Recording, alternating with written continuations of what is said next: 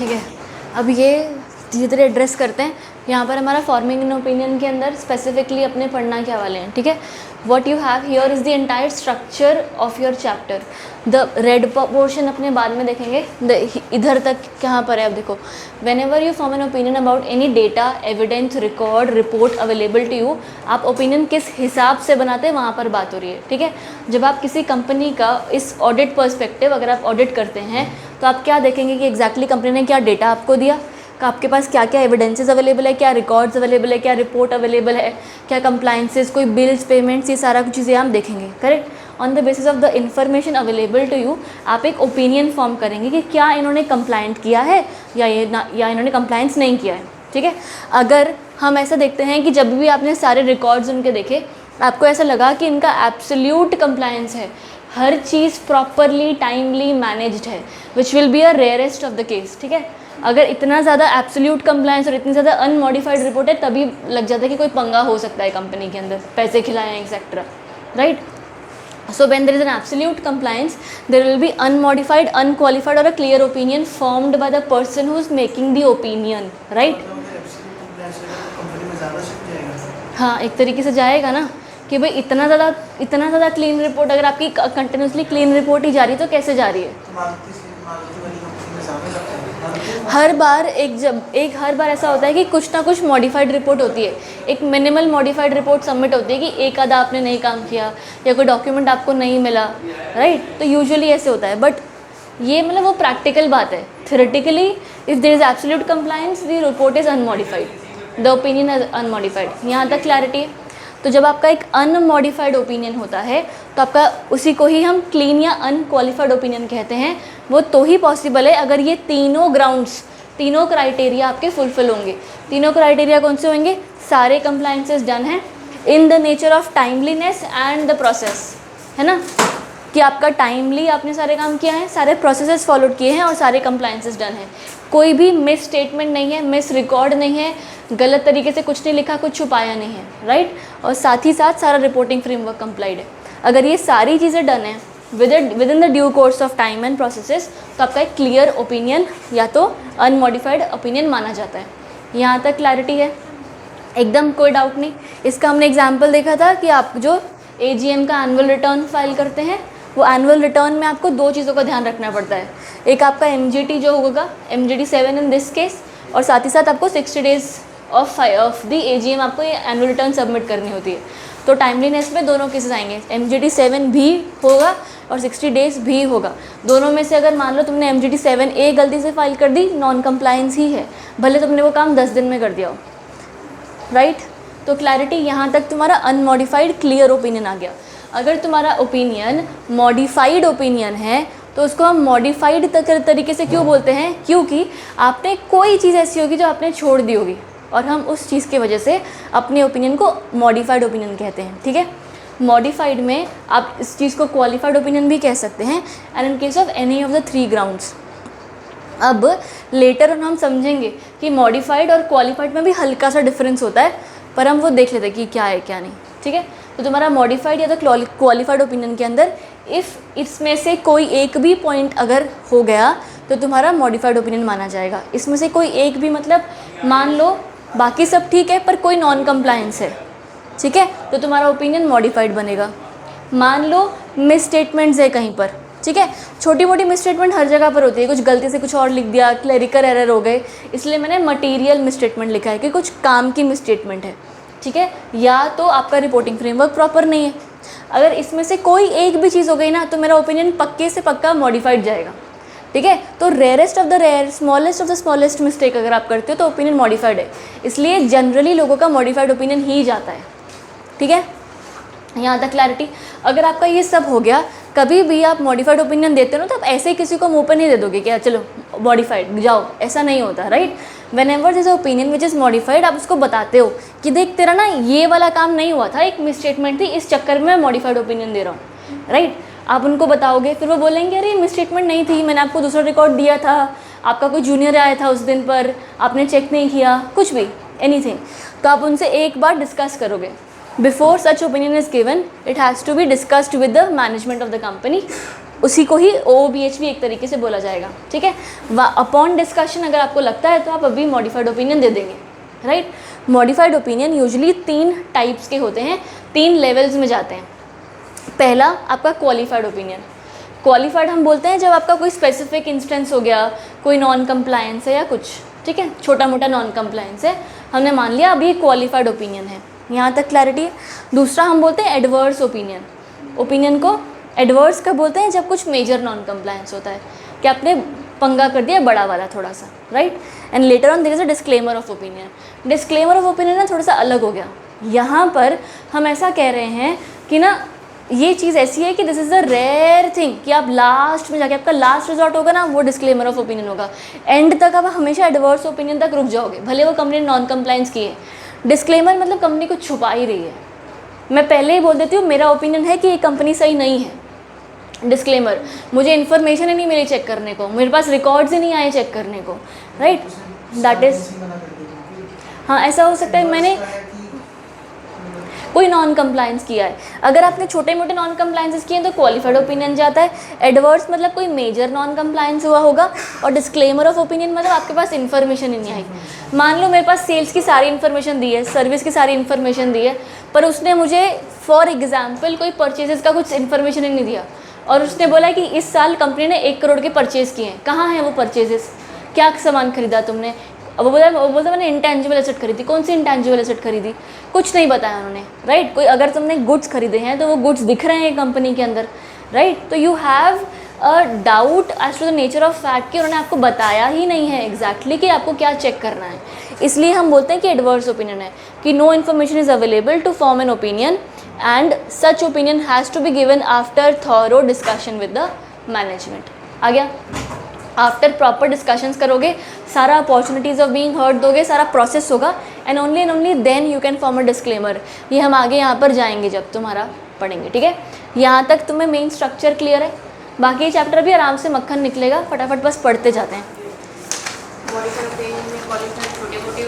हाँ हाँ हाँ, दिया ही नहीं है इन्फॉर्मेशन। चेक करूँ कैसे जब मुझे कुछ तुमने कागज़ ही नहीं दिए। पॉइंट समझ में आ रहा है?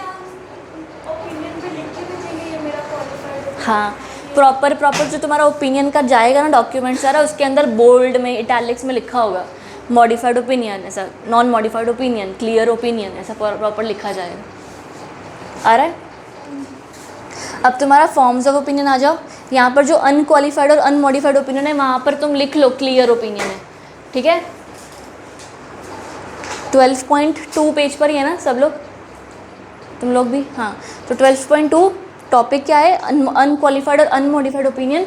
Right the heading clear opinion therein. अब तुम्हारा auditor shall report in unqualified opinion if the affairs of the company are found to be free from material misstatement. Point समझ में आया? ये 3 पॉइंट्स तुम्हारे आ जाएंगे। देखो, unqualified, no reservations concerning the company. आपका कोई वो नहीं है कि कंपनी ने कुछ दिया तो नहीं, कुछ बताया तो नहीं, ऐसा तो नहीं है। रिजर्वेशंस रिगार्डिंग द कंपनी नहीं है। And there is also known as clean opinion which means that the affairs of the company are presented fairly.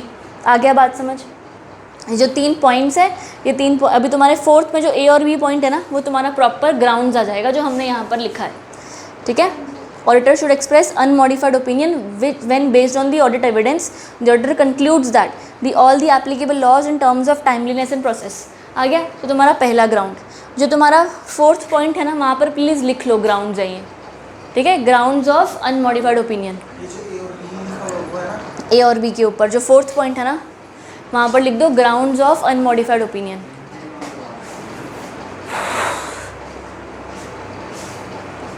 आ गया? वहाँ पर तुमको ना इंट्रोड्यूस करवाया कि होता क्या है। उसके बाद तुम्हारे ग्राउंड्स, देखो टॉपिक देख, ऑडिटर का unmodified opinion is based on the evidence it which concludes that. हाँ, ए और बी तुम्हारा एक ग्राउंड हो गया।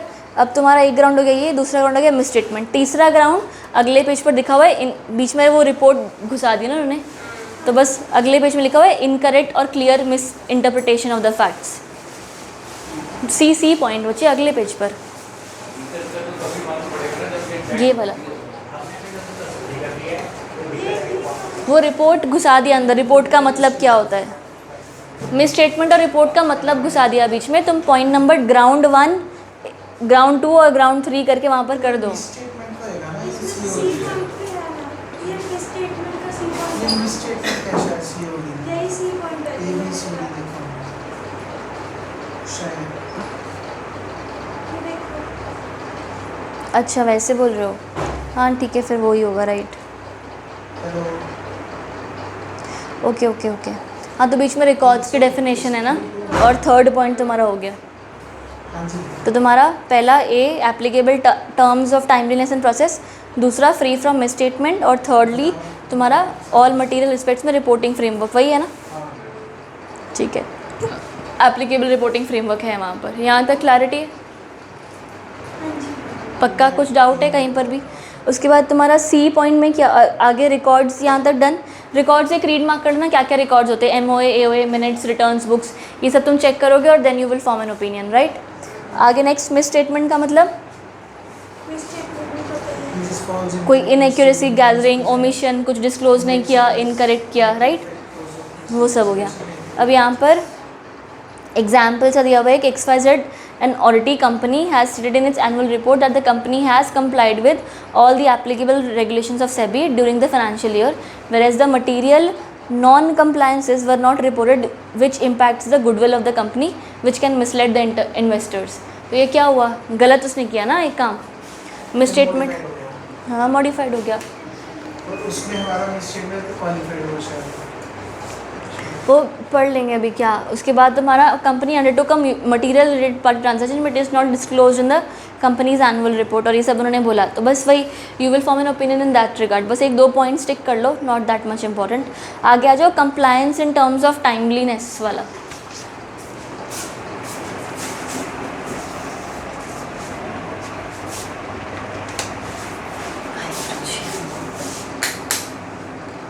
चलिए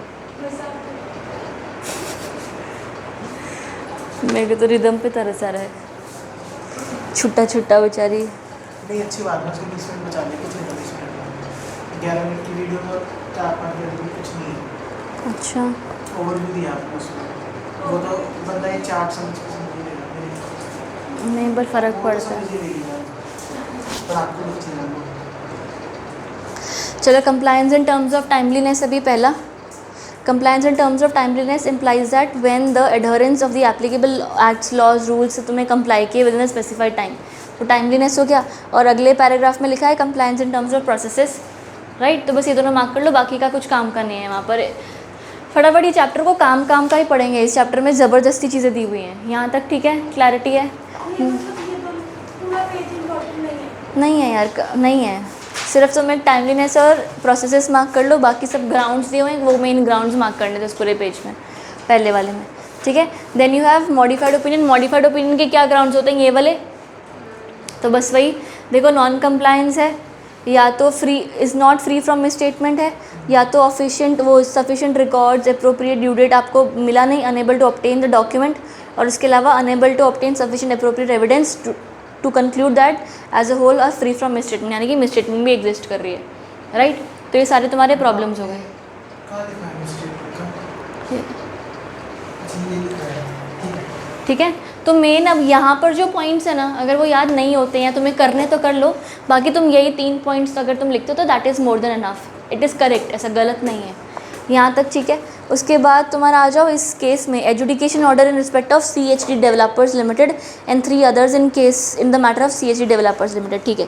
अब यहाँ पर क्या हुआ ना, एक ऑडिटर गया कंपनी के अंदर ऑडिटिंग करने के लिए, ठीक है। जब उसने ऑडिटिंग करी तो उसने एक मॉडिफाइड ओपिनियन बनाया कि भाई एक टाइप का मॉडिफाइड ओपिनियन है, बंदे ने कुछ गलत काम किया, एक्सेट्रा एक्सेट्रा, ये हो गया। कंपनी ने अब उसने अपनी रिपोर्ट बनाकर कंपनी को सबमिट करी। कंपनी ने जब इन्वेस्टर्स को दिखाई ना, तो उस रिपोर्ट को ऑल्टर कर दिया और उसको अनमॉडिफाइड ओपिनियन करके सब 100% एक्यूरेसी करके दिखा दिया। अच्छा कंपनी ने ऑल्टर कर दिया। कंपनी ने ऑल्टर, ओपिनियंस को भी कंपनी को रिपोर्ट, हाँ ओपिनियन दिखाना पड़ता है ना। अच्छा ऑडिट को इंडिपेंडेंट ऑडिट में आता है। हाँ opinion independent last auditor. Secretary auditor, हाँ।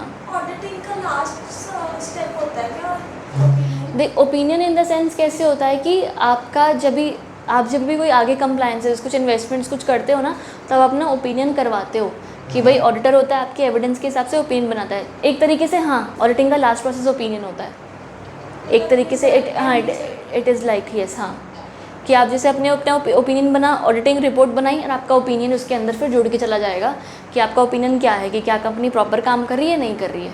ऑडिट रिपोर्ट और ओपिनियन में क्या फ़र्क है? ऑडिट रिपोर्ट के अंदर सारा डेटा होगा कि एग्जैक्टली क्या है, नॉन कंप्लायंस क्या है, कहाँ पर कोई काम नहीं किया, क्या रह गया, सारा कुछ।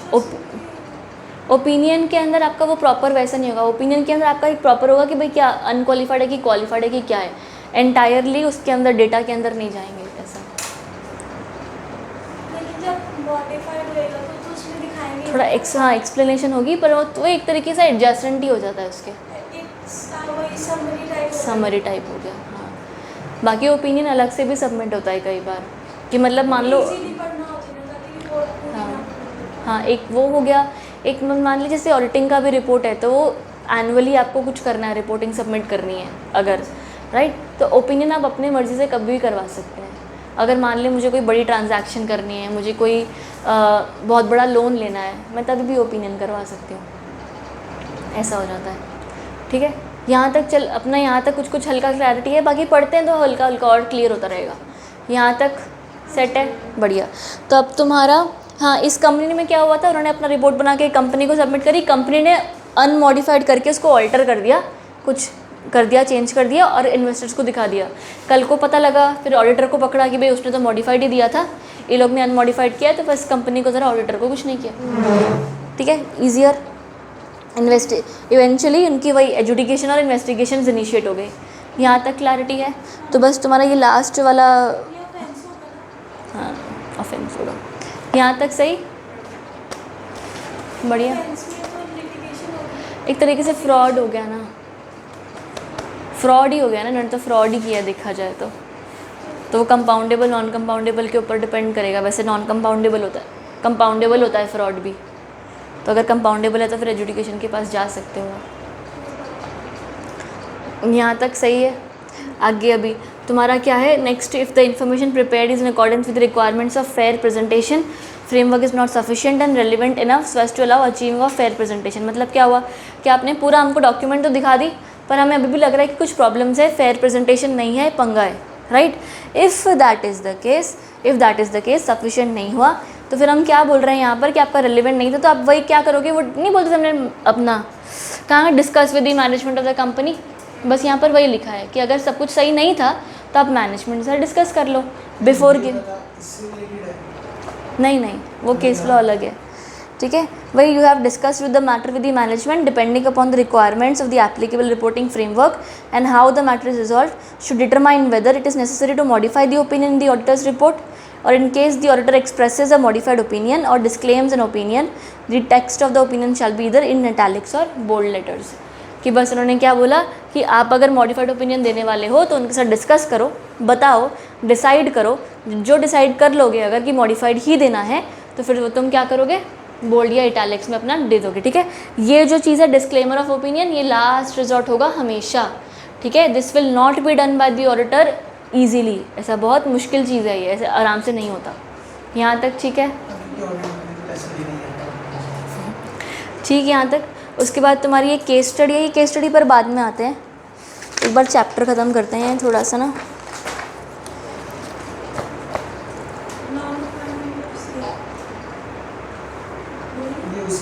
नहीं, ये मॉडिफिकेशंस वाले हैं ना 3 टाइप, वहाँ पर आ जाओ सीधे।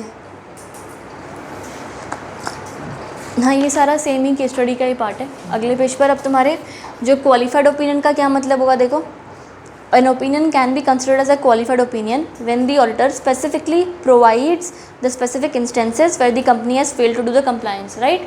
तो वहीं पर हमने क्या, मॉडिफाइड ओपिनियन 3 टाइप का, क्वालिफाइड जहाँ पर specific instances of non compliance है, मार्क किया। एडवर्स ओपिनियन कब, opinion can be considered as an adverse opinion where the auditor concludes that the affairs of the company are not in line with its objectives, है ना, कि company ढंग से काम नहीं कर रही है, गवर्नमेंट रूल्स के साथ फॉलो नहीं कर रही है, कंपनी निगलेक्ट कर रही है, ग्रॉसली मिसस्टेटमेंट्स कर रही है। An adverse opinion may be an indicator of fraud, public entities that receive an adverse opinion and force to take corrective measures. ठीक है, एडवर्स है तो मतलब कुछ फ्रॉड किया होगा, कि पंगा है कंपनी के अंदर। यहाँ तक सेट है सारा कुछ। आगे अभी disclaimer of opinion, where the auditor is unable to assess the records of the company on any ground such as geographical reasons, regulatory, natural calamity, or could not complete the audit due to absence of requisite records or insufficient cooperation from the management, the auditor issues a disclaimer of opinion. अगर आप records check ही नहीं कर पाए हो तो फिर कहाँ से आप ओपिनियन दोगे? डिस्क्लेमर ऑफ ओपिनियन ये बताता है कि मैंने पढ़ा ही नहीं है क्या है, तो मेरी कोई गारंटी ही नहीं है। आ रहा है बात समझ? तो डिस्क्लेमर ऑफ ओपिनियन में ना इसलिए हम स्पेसिफिकली बोलते हैं कि अगर हमें पता लगा तो मैं कुछ बताऊंगी, तो यहाँ पर हम बता ही नहीं सकते हैं, right. Is form when the auditor is unable to conclude if the affairs of the company are conducted in a true और फेयर मैनर। यहाँ तक सही, सेट, क्लैरिटी। आगे अभी मॉडिफाइड ओपिनियन वही बोल्ड इटैलिक्स में होगा। आ गया? कुछ डाउट कहीं पर भी? अब आगे तुम्हारा एम्फेसिस ऑफ मैटर, अभी आ जाओ। एम्फेसिस ऑफ मैटर का क्या मतलब होता है? अंडरस्टैंड, बहुत थ्योरेटिकल चैप्टर है ये। एम्फेसिस ऑफ मैटर मतलब मैंने ओपिनियन दिया, सब कुछ हो गया, ओपिनियन के अंदर लिखा है कि ये है, वो है, फलाना ढिंगना, सब कुछ, कंपनी कंप्लायंट है, नॉन कंप्लायंट है, ये सब। जब मैटर पर मैं एम्फेसिस करने बोलती हूँ ना, तो बोलती है स्पेसिफिकली ये चीज़ पर ध्यान दो, यहाँ पर ऐसा कुछ पंगा हो रहा है, या ये काम यहाँ पर कम है, वो काम वहाँ पर ज़्यादा है। That is emphasising on the matter, कि इस तरफ ध्यान देने की ज़रूरत है, इस तरफ जोर देने की ज़रूरत है। आ रहा है? तो अब एम्फोसिस एक बार पढ़ते हैं। हाँ, आया था एम्फोसिस। चलो PYQ मार्क कर लो, फिर हमारे पास स्कैनर बैठा हुआ है।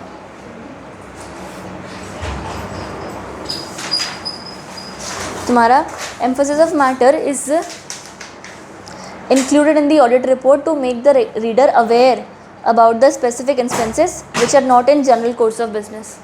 स्पेसिफिक इंस्टेंसेस क्या कोई सिनेरियो होते हैं? हाँ, कोई ऐसा चीज़, कोई केस, कोई सिनेरियो वैसा। तो emphasis of matter is included in the audit report to make the reader aware about the specific instance which are not in the general course of business, कि exactly वो कौन सा काम, समझ रहे हो ना? कि जैसे मान लो उसने बाकी सब काम ठीक किया है, पर उस कुछ और काम होगा, हाँ, कोई रिपोर्टिंग होगी उसने ठीक नहीं की साइड में, हाँ, कोई रिपोर्टिंग होगी कोई ठीक नहीं करी, कोई लेबर लॉ से कंप्लाई नहीं किया, राइट। तो एम्फोसाइजिंग ऑन देयर मैटर, ठीक है। हाँ, वो जनरल है। यहाँ पर वैसे ना जनरल और नॉट जनरल का भी है भी नहीं, कि आपको हम है ना, जैसे पूरे रिपोर्ट के अंदर बोल रहे हैं कि मेन मुद्दे की बात ये वाली है। जैसे मैं तुमको पढ़ाती हूँ पूरा, जब मैं पढ़ाती हूँ मैं बोलती हूँ ये टॉपिक इंपॉर्टेंट है, तो ये लोग वही बोल रहे हैं कि ये टॉपिक इंपॉर्टेंट है, यहाँ पर ज़्यादा ध्यान दो। पॉइंट समझ में आ रहा है? पूरे report to make the reader aware about the specific instances which are not in the general course of business का, जैसे ना बिजनेस जो कोई कंपनी है वो अपनी जो काम वो करती है उससे हटके कुछ और कर रही है। नहीं, कुछ और नहीं कर रही है, काम उसका वही है, पर जैसे कुछ कोई मतलब बेसिक नॉन कंप्लायंस से अलग कोई नॉन कंप्लायंस हुआ है। सिर्फ फैक्ट्री में 20 बंदों का होना जरूरी है, लेकिन पेमेंट ऑफ वेजेस एक्ट वाला नहीं करे वो नॉन जनरल हो जाएगा ऐसे। हाँ, ऐसा बोल सकते हैं, या ऐसा बोल सकते हैं नॉर्मल कि अभी आपकी कंपनी है, एनवायरमेंटल लॉ से कंप्लाई नहीं कर रहे हो आप, कुछ इधर उधर का हम लोग बोल रहे हैं, स्पेसिफिक नहीं बोल रहे हैं। जनरल कोर्स ऑफ बिजनेस में आप कंप्लाइंस करो, इस मैटर में नहीं कर रहे हो। आ रहा है? हाँ हाँ, बस अटेंशन एक इस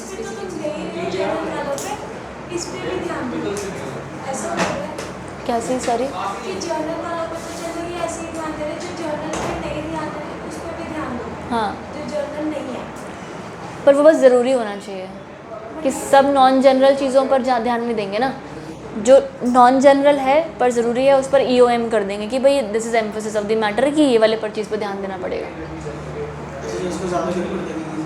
हाँ, उसको लग रहा था कि गड़बड़ है कुछ इसके अंदर, राइट। तो ध्यान को देगा कंपनी ही देगी, आपके ओपिनियन के अंदर ध्यान दिलवाया जाएगा आपसे। हाँ, CS से नहीं, नहीं नहीं नहीं, रुको, जो ओपिनियन होता है वो ऑडिटर बनाता है, सेक्रेटरियल ऑडिट, तुम लोग ओपिनियन बनाओगे। जो तुम ओपिनियन बनाओगे ना, वो ओपिनियन एड्रेस किसको होता है, किसको दिखाने वाले हो वो ओपिनियन? कंपनी के ओपिनियन एड्रेस होता है कंपनी के मेंबर्स को, क्योंकि कंपनी के अंदर तो डायरेक्टर को पता है ना कि हम क्या घपला कर रहे हैं। ओपिनियन हम हमेशा मेंबर्स को देंगे। एड्रेस मेंबर को होता है, सबमिट बोर्ड को होता है। पॉइंट समझो, मैं सबमिशन तो बोर्ड को करूँगी ना, पर this is for whom, for specifically the members of the company to be aware कि कंपनी के अंदर चल क्या रहा है। ये चीज़ को रखना, बीच में कहीं पर एक जगह पर एड्रेस टू बोर्ड भी लिखा है, वो गलत होगा, ठीक है। Always it is addressed to the members of the company because they have to be made aware about the compliances and non-compliances in the organization. If at all कि if it is addressed to the board, तो फिर how will that matter ना, उनको तो पता ही है कि exactly company के अंदर कोई compliance हो भी रहा है या नहीं हो रहा है। They might be involved in the non-compliances, correct? So you have to address it to the members. However, of course, as per the procedural requirement, it is submitted to the board of the company, ठीक है। Submitted to the board, address to the member, याद रहेगा, very good. आगे, ideally such matters should be a part of the directors report और the management discussion and analysis report submitted by the company, ठीक है, वो चलेगा यहाँ तक। इतना एम्फोसिस ऑफ द मैटर पर ज़्यादा एम्फोसिस मत करो, खाली है वो। आगे आ जाओ। हाँ, following examples on the of the matters which should be considered as emphasis of the matter, ये वाली चीज़ों पर ध्यान दिया जा सकता है एज EOM। आ रहा है पहला, एम्फोसिस ऑफ द मैटर, ठीक है। ये वीडियो में आ रहा है मेरा शक्ल कि नहीं आ रहा है? नहीं, कुछ और नहीं है, कुछ और है वो, रहने दे। चलो, पहला क्या है, legal uncertainty. Following examples on the matters, examples ही हैं ये सिर्फ, तो प्लीज़ कोई एग्जॉस्टिव लिस्ट नहीं है ये। पहला उसने क्या बोला, an uncertainty related to the future outcome of exceptional litigation और रेगुलेटरी एक्शन। मतलब क्या हुआ, सोचो क्या हुआ।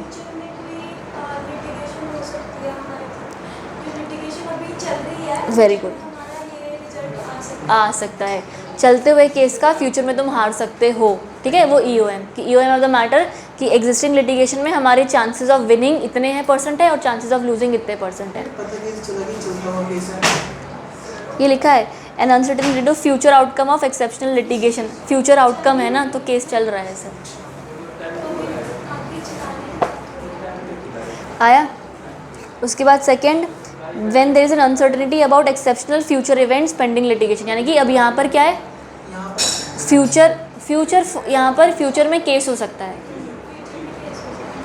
एक्सपेक्टेड लिटिगेशन है ना, तो मतलब तुमने ऐसा काम किया इसमें तुम्हारे पर फ्यूचर में केस हो सकता है। तो expected litigation, case in the future. पहला, outcome of an existing case, लिख लो पहला, outcome of an existing case, और हाँ, first is outcome of the existing case, second is expected और litigation in the future. Third, कोई new technology आ गई, ऑफ कोर्स अगर कोई न्यू टेक्नोलॉजी आ गई तो उसके साथ तो एम्फोसिस करना ही पड़ेगा, क्योंकि फिर सारा वो रिकॉर्ड मेंटेन करने का क्राइटेरिया बदल जाता है, राइट। तो वो भी बताएगा उनको कि न्यू टेक्नोलॉजी आ सकती है। हाँ, ठीक है। कंपनी के कंप्लाइंसेस में ना सारा कुछ हो जाता है फिर कि आप क्या, ओपिनियन तो एक इनफॉर्मल साइड की चीज़ है ना, कि आप एग्जैक्टली क्या क्या बता रहे हो उनको, कुछ नया आया, कुछ पुराना, हर एक चीज़ पर ओपिनियन दिया जा सकता है। मैं वही बोल रही हूँ, मैंने स्टार्टिंग में जो बताया था कि ओपिनियन 2 टाइप से होता है। कभी कभी कंपनी आपसे मांगती है कि ऐसा हो गया हमारे साथ, क्या करें, और आप दूसरा, आप ऑडिट रिपोर्ट के साथ आप ओपिनियन देते हैं, ठीक है। तो दोनों तरफ से हम बात कर रहे हैं। आ रहा है जयश्री, पक्की बात। आगे तुम्हारा recent changes in the regulatory environment, कोई लॉज चेंज हो गए, आप बताओगे, emphasis on the matter, laws change हो गए। उसके बाद कोई मेजर कैटास्ट्रॉफ यानी कि कोई डिज़ास्टर हो गया, कहीं पर कोई स्पेसिफिकली वही बाढ़ आ गई, भूचाल आ गया, उस वजह से आपकी कंपनी में क्या प्रॉब्लम हो सकती है। वो जो तुम्हारा एरो है ना, वहाँ पर मेजर कैटास्ट्रॉफी लिख लो, वो नहीं लिखा हुआ है। कोई डिज़ास्टर हो गया तो उस डिज़ास्टर का आप पर क्या फ़र्क पड़ेगा, पॉइंट समझ में आ रहा है। डिज़ास्टर से हमें प्रॉब्लम नहीं, डिज़ास्टर से आप पर फ़र्क का प्रॉब्लम है।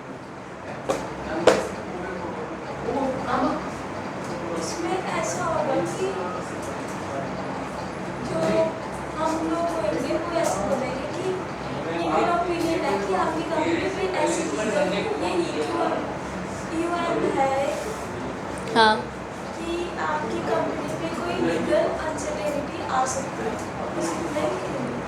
पूरा जैसे मान ली उसने ओपिनियन माना है कि हमने रेगुलेटरी कंप्लायंस की है कि नहीं, EOM दो, सॉरी ओपिनियन दो, तो तुम पूरा ओपिनियन दोगे उसको कि आपकी ये कंप्लाइंस हो गए हैं, यहाँ पर इतना डिले हुआ तो आगे से ध्यान रखना, आपका ये बंदे ने ये काम टाइमली नहीं किया, आपने पूरा ओपिनियन दे दिया कि ये प्रोविजंस हैं, इनसे आपसे कंप्लाइंस करनी है।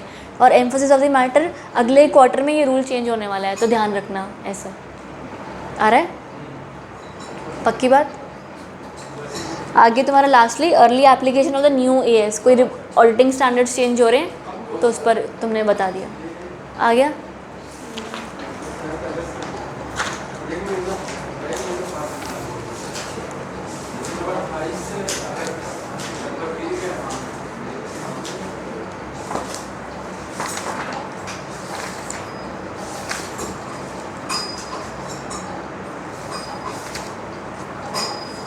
ये चैप्टर एक्सपेक्टेशन से लंबा जा रहा है यार।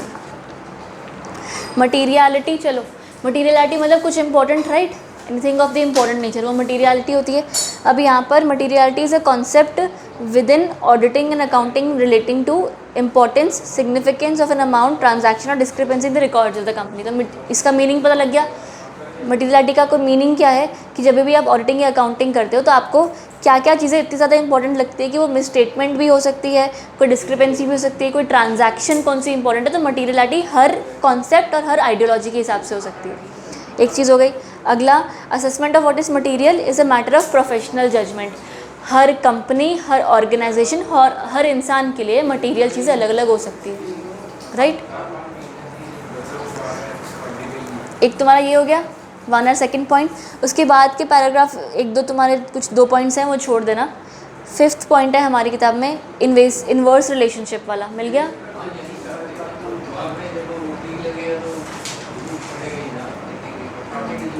मिला? 5th पॉइंट बच्चे, इन्वर्स रिलेशनशिप। अब यहाँ पर एग्जैक्टली क्या हो रहा है, अंडरस्टैंड। एक आइडियोलॉजी समझो, मैं तुमसे पूछ रही हूँ, ठीक है, ये सब पढ़ेंगे तो कंफ्यूज हो जाओगे। कोई चीज़ बहुत ज़्यादा इंपॉर्टेंट है, पेपर में मैंने कुछ इंपॉर्टेंट लिखा है, very very very very very important, ठीक है, वो अगर पेपर में आ गया तो तुम्हें आता होगा, पढ़ के जाओगे ना, वेरी इंपॉर्टेंट है तो आएगा ही आएगा, तुमने रट्टे मार लिए, ठीक है, उसके एकदम प्रॉपर, तो वो पेपर में आने का कोई रिस्क है? तुम्हें आ गया तो आता है ना, राइट। तो अंडरस्टैंड, जो चीज़ बहुत ज़्यादा इंपॉर्टेंट है उसका रिस्क कम हो जाता है, समझ में आया। और जो चीज़ मैंने बोलती है इस पर रीड मार्क कर लो, छोड़ देना, उसका सबसे ज़्यादा रिस्क है कि अगर आ गया तो क्या करेंगे, दैट इज़ इट। तो जो चीज़ बहुत कम मटेरियल है ना, उसका रिस्क सबसे ज़्यादा है कि अगर मेरा असेसमेंट गलत हो गया तो क्या, राइट। तो बस यहाँ पर क्या बोला हुआ है उन्होंने, एंड प्रोडक्ट बोला है कि मटीरियलिटी और रिस्क के बीच में इन्वर्स रिलेशनशिप होता है। अगर चीज़ बहुत ज़्यादा इंपॉर्टेंट है तो रिस्क बहुत कम होगा, क्यों? क्योंकि तुम उस पर ज़्यादा ध्यान देने ही वाले हो। अगर कोई मटीरियलिटी है ही नहीं, बिल्कुल भी इंपॉर्टेंट नहीं है, तो रिस्क बहुत ज़्यादा है, क्योंकि अगर गलती से तुम गलत साबित हो गए तो तुम्हारा रिस्क बहुत बड़ा हो जाएगा, क्योंकि तुमने उस पर ध्यान ही नहीं दिया। आया समझ में? आ गया? बस अब इसको रीड कर लो। हाँ हाँ, risk of non compliance. Risk any type of risk हो सकता है, फाइनेंशियल रिस्क भी अराइज हो सकता है उससे, एनीथिंग, है ना। तो तुम्हारा there is an inverse relationship between materiality and the degree of audit risk. The higher the materiality level, the lower the audit risk and vice versa. आया? उस चीज़ को लिख लो, मेंशन कर लो प्रॉपर। 5th पॉइंट,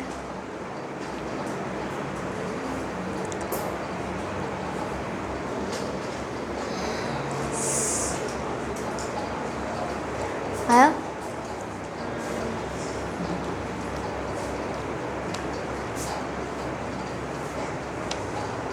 वहाँ पे प्रॉपरली मेंशन कर लेना एक एक चीज़।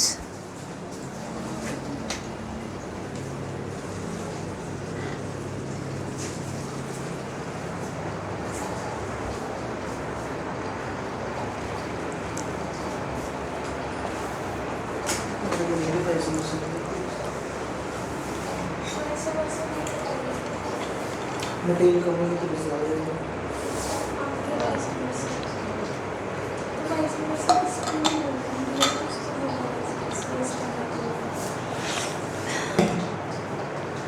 यहाँ तक लिख लिया।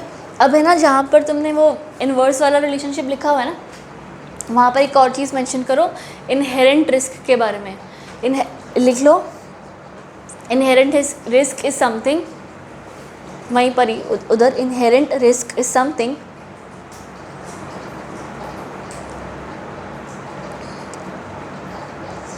is something immaterial, something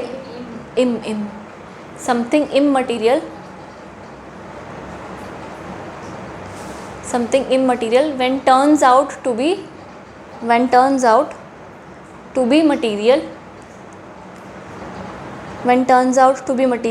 and नहीं, however is not properly checked.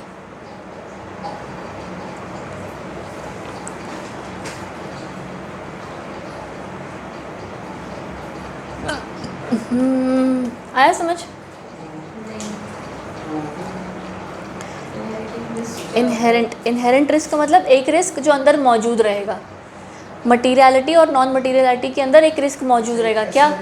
जो मैंने तुम्हें ज़रूरी नहीं है, लेकिन अगर समझाया है ना, मैंने यहाँ पर यही लिखवाया है कि अगर कोई समथिंग जो इममटीरियल थी, अगर वो गलती से मटीरियल साबित हो गई तो तुम्हारे लग गए, क्योंकि तुमने उसको प्रॉपरली चेक नहीं किया। जैसे एक वो है रिस्क है, नहीं सो मटेरियल की चीज़ है, हाँ। ठीक है, अभी वो इतना इम्पोर्टेंट नहीं है, मटेरियल वो है, ठीक है, वो मटेरियल हो गई, इम्पोर्टेंट हो गई, तो इसको बोला गया ये। हाँ देख, मतलब जैसे क्या हुआ, तुम्हारे कंपनी में कोई एक वो क्लीनर्स आते हैं, ठीक है, कंपनी में कोई क्लीनिंग आते हैं, एजेंसी है जिसको तुम आते हो, साफ़ सुफ करके जाते हो और उनको महीने का तुम इतने पैसे देते हो, ठीक है। तुम जब ऑडिटिंग करोगे तो वो क्लीनिंग वालों को कितने पैसे दिए जा रहे हैं तुम्हारे लिए इतना नहीं होगा ना, तुम नहीं चेक करोगे इममटीरियल, उनका क्या टाइमिंग है, वो कब आ रहे हैं कब जा रहे हैं, तुम नहीं चेक कर रहे हो, ठीक है। उनको महीने का इतना पैसा दिया जा रहा है, तुम देख रहे हो कि हाँ चलो इतना पैसा दे रहे हैं, इतना सैलरी है, सब कुछ डन है, ठीक है, तुमने उस पर ध्यान नहीं दिया, बात खत्म हो गई। तुम्हारे लिए वो क्या था? इममटीरियल, राइट, इममटीरियल चीज़ थी। कल को धीरे धीरे जब तुमने चेक किया तो पता लगा अरे कि इन लोगों को ना कि महीने के अंदर क्या महीने में 2-2 बार पैसे दिए जा रहे हैं, कुछ प्रॉब्लम है, कुछ कंटिन्यूसली पैसा कुछ हो रहा है, फंड्स इनके थ्रू शायद कुछ बाहर भेजे जा रहे हैं पैसा, या ब्लैक मनी वाइट किया जा रहा है, कुछ भी ऐसा मेरे दिमाग ऐसे मैं इमेजिन कर रही हूँ, राइट। अगर ऐसा कुछ हो रहा है तो ये क्या हुआ, ये एक जब कोई चीज़ को तुम नॉट इम्पॉर्टेंट मान लेते हो ना, तो उसके अंदर एक अपने आप रिस्क मौजूद हो जाता है कि अगर ये गलती से इम्पोर्टेंट साबित हो गया तो तुम गए। क्यों? क्योंकि तुम तो ऑडिट करने आए थे और तुमने चेक नहीं किया। आया? तो something which is immaterial has inherently a risk मौजूद inside of it, which is कि अगर ये गलती से साबित हो गया तो प्रॉब्लम है। The inherent risk means that something which is immaterial if turns out to be material, then the problem is because you did not check it properly. Aya, the gist of it is material things are properly checked, immaterial things are not properly checked. Because the material things are properly checked, there is no risk, क्योंकि तुमने उसको check किया है। Immaterial things are not properly checked, thus there is high risk because तुमने उनको properly check नहीं किया है, right? तो hence अगर material thing turns out to be material तो फिर risk high material ले चल लग गए, दैट इज़ द प्रॉब्लम। आया समझ? अच्छे से प्रॉपरली डन, ठीक है। तो तुम्हारा ये पॉइंट, उसके बाद तुम स्ट्रेट अवे इस पॉइंट पर आओ, एक तुम्हारा concept of materiality is implied bye the auditor मिला, तुम्हारा 7th पॉइंट है और तुम्हें मिल गया जयश्री, पक्की बात। चलो आगे, the concept of materiality is applied by the auditor both in planning and performing the audit and forming the opinion, ठीक है। हर जगह पर हम मटीरियलिटी कॉन्सेप्ट को ध्यान में रखते हैं। जब मुझे ऑडिट करना है तब भी मैं करती हूँ कि मैं क्या चीज़ चेक करूँगी, ये करूँगी ये नहीं करूँगी, ठीक है। तो मैंने सोच लिया मैं अकाउंट्स डिपार्टमेंट थॉरली चेक करूँगी, सेल्स डिपार्टमेंट थॉरली चेक करूँगी, मार्केटिंग इतना नहीं करूँगी, मैंने ऐसा सोच लिया, दिमाग लगा लिया। तो प्रिपरेशन स्टेज पर आप मटेरियल देखते हो, फिर चेक करने के स्टेज पर देखते हो कि भाई अकाउंटिंग के अंदर है ना पेटी कैश छोड़ देते हैं, छोटा छोटा खर्चा छोड़ देते हैं, मेजर ट्रांजैक्शन देखते हैं। सेल्स के अंदर इंटरनेशनल सेल्स पर ज़्यादा ध्यान देते हैं, लोकल पर कम देते हैं। तो आप हर जगह पर हर स्टेज पर मटीरियलिटी देखते हो, और जब आप मटीरियलिटी देखते हो तो सबसे ज़्यादा इनहेरेंट रिस्क साथ में ही चलता है कि भाई ये तो रिस्क मौजूद ही है, जो तुमने चेक नहीं किया वही पंगा निकला तो क्या, राइट। तो that is the inherent risk. The concept of materiality is applied by the auditor both in planning and performing and forming the opinion. हर जगह पर आप मटीरियलिटी को ध्यान में लेकर चलते हो, इसलिए मटीरियलिटी और ज़्यादा खुद में इंपॉर्टेंट हो जाती है। आया? ठीक है। तो ये जो मेन पॉइंट्स है ना, बस ये है तुम्हारे मटीरियलिटी के पॉइंट्स, उसके अलावा कोई और पॉइंट्स खास पढ़ने की ज़रूरत नहीं है। बाकियों पर रीड मार्क कर लो, ये पॉइंट्स को प्रॉपर तुम डॉट 1 2 3 4 मार्क कर लो, ठीक है। 4 पॉइंट्स हमने मार्क किए हैं, वो 4 इंपॉर्टेंट पॉइंट्स हैं। आया, सेट है, क्लैरिटी।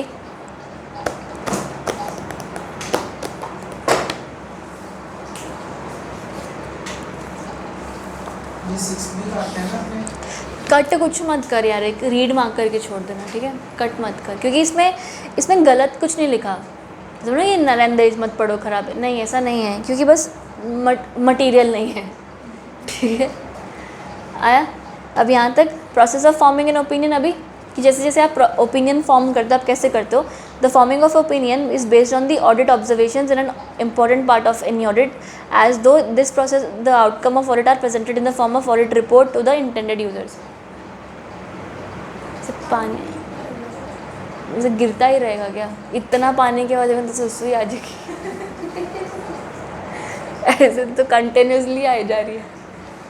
फाइल उसमें है ना, ट्रेनिंग उसमें जी है ना। एक एसी का है और एक वो प्यूरीफायर का भी लगा दिया। अभी तो जाके रिपोर्ट पता चलेगी कि कुछ पंगा भी है इसमें कि नहीं। दूसरा बंदा आया था ना पहले। हाँ, वो पापा का वो मेन आया था जो घर के वार्ड वैसे प्यूरीफायर लगाता है। कुछ करवाया होगा उन्होंने वेरीफाई कि प्रॉपर है नहीं है, पता नहीं मुझे, तो मुझे समझ नहीं आया एग्जैक्ट। अच्छा वैसे शायद मैं जाके पता लगेगा मुझे क्या हुआ, जाके पता लगेगा क्या हुआ क्या नहीं हुआ।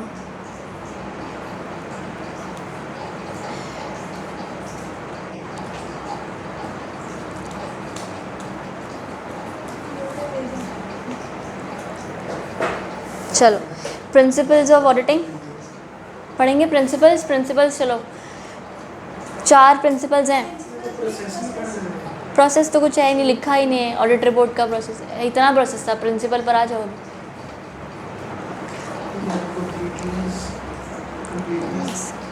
ऑब्जेक्टिविटी, ऑब्जेक्टिवनेस, टाइमलीनेस, ये रहा टाइमलाइंस। टाइमलाइंस है, अभी टाइमलाइंस है ये टाइमलाइंस ही है। हाँ, कंप्लीटनेस मतलब क्या हुआ कि जब भी आप ऑडिटिंग करोगे तो आप सारी इन्फॉर्मेशन को हाँ, मतलब आप कंप्लीट, हम ऑडिटिंग करने वाले हैं तो आप कंप्लीटली ऑडिट करोगे हर चीज़ का। क्या आप कंसिडर, आप क्या करोगे, देखो अंडरस्टैंड ना, एक बार आप कोई भी चीज़ को नज़रअंदाज मत करो। आप जब ऑडिटिंग करते हो तो एक चीज़ हमेशा होती है कि आप सैम्पलिंग ऑडिटिंग करते हो। आप एक एक ट्रांजैक्शन तो चेक नहीं करने वाले ना। एक कंपनी में एक साल में कितने ट्रांजैक्शंस हो रहे हैं, तुम कितने चेक कर लोगे, नहीं कर सकते हो, राइट। ट्रांजैक्शंस को चेक करना वैसे ही बहुत मेहनत का काम है, तो तुम यूजुअली क्या करोगे, सैम्पलिंग। तो सैम्पलिंग के अंदर हमने स्पेसिफिकली आपको क्या बोला कि एक बार एट द फर्स्ट इंस्टेंस आप सैम्पलिंग वाले जैसे तरीके से मत जाओ, पहले एक बार सब कुछ देखो। At the first instance look at the whole picture कि क्या चीज़ है, क्या चीज़ नहीं है, क्या मौजूद है, क्या ख़त्म है, क्या गायब है, ठीक है। Once you do that and then decide कि आपको क्या छोड़ना है और क्या पकड़ना है। आया, तो कंप्लीटनेस मतलब consider all the information at first and then decide कि क्या एविडेंस है क्या नहीं है आपके लिए, ठीक है। क्लैरिटी। दूसरा इन्होंने बोला ऑब्जेक्टिवनेस। ऑब्जेक्टिवनेस मतलब ये वर्ड पहले भी आया है। ऑब्जेक्टिवनेस माने जैसा हो गया।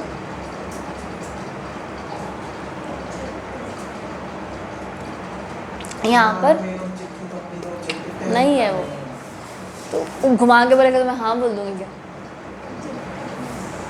यहाँ पर ऑब्जेक्टिवनेस का अलग मतलब है। ऑब्जेक्टिवनेस मीन्स इंडिपेंडेंस और इंटेग्रिटी, ठीक है। लिख लो वहाँ पर independence comma integrity.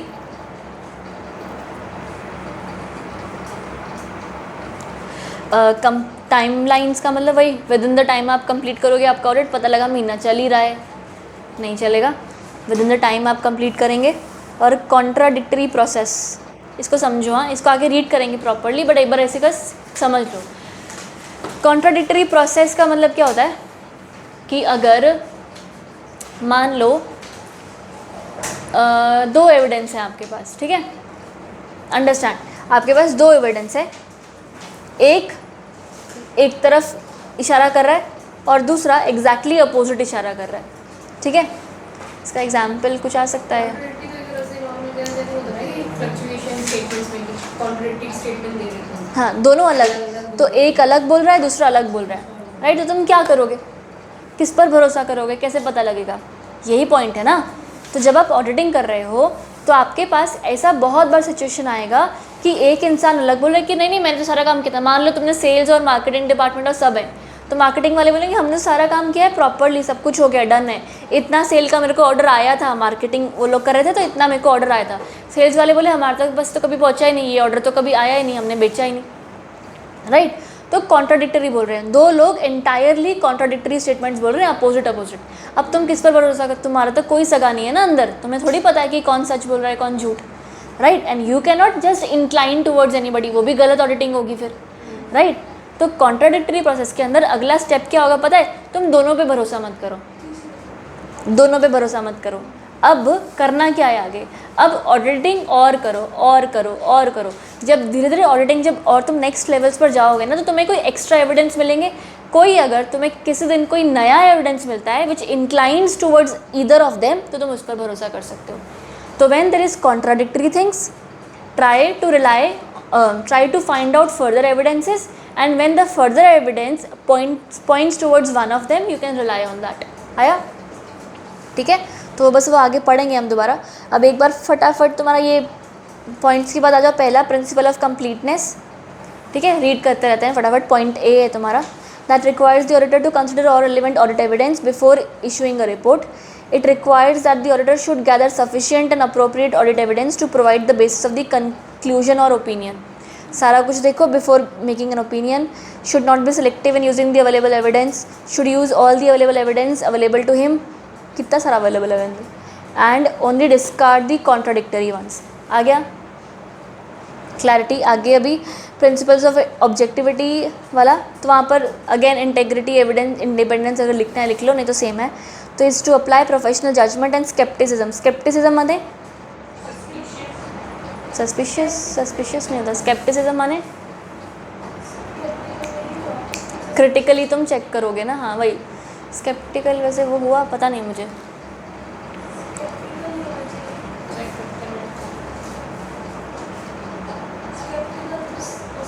Enquiring mind लिखा है, इसमें लिखा है इंक्वायरिंग माइंड।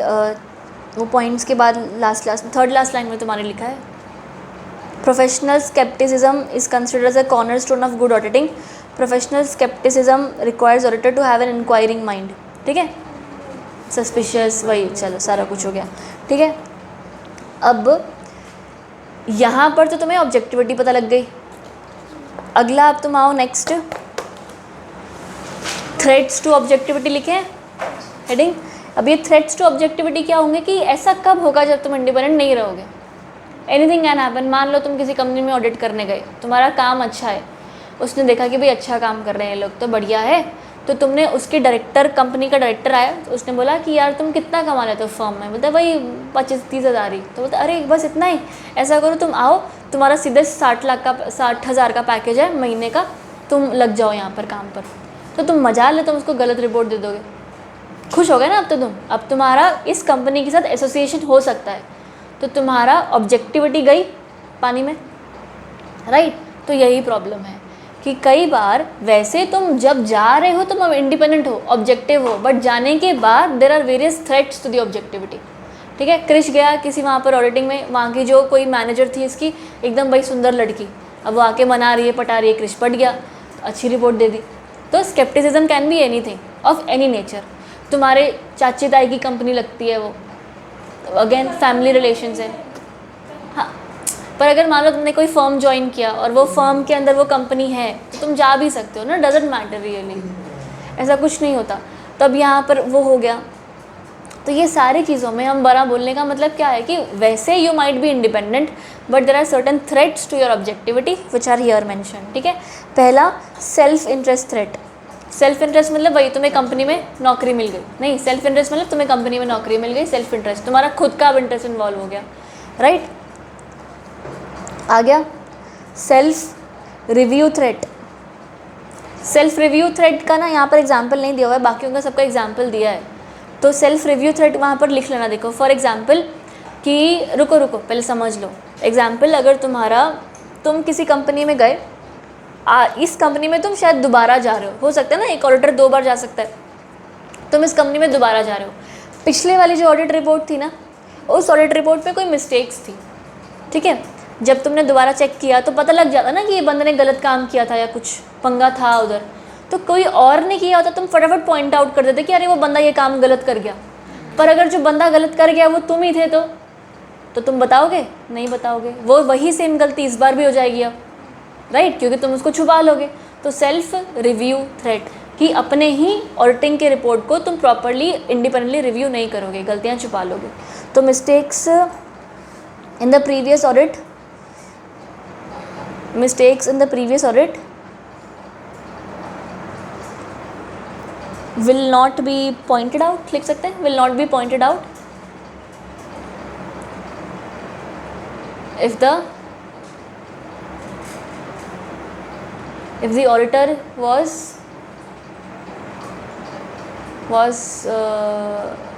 you yourself, ऐसा बोल सकते हैं।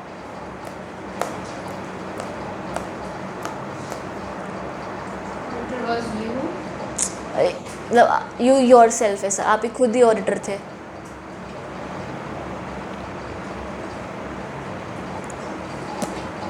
सेट है।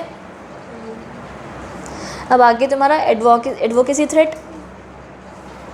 एडवोकेसी थ्रेट का मतलब, अब मान लो if you being the auditor of a company, तुम कहीं पर जाते हो, कल को ना इसी कंपनी को तुम्हें आगे कहीं पर रिप्रेजेंट करना है या डिफेंड करना है या इसकी साइड लेनी है या किसी एडवोकेसी करनी है, कुछ भी, ठीक है। अगर तुम ऐसा कर, एडवोकेसी का मतलब सिर्फ कोर्ट वाला वकालत नहीं होती, एडवोकेसी मतलब किसी का साइड लेना, ठीक है। नहीं, एडवोकेसी मतलब वही होता है कि आप किसी के हित में बात कर रहे हैं, ठीक है।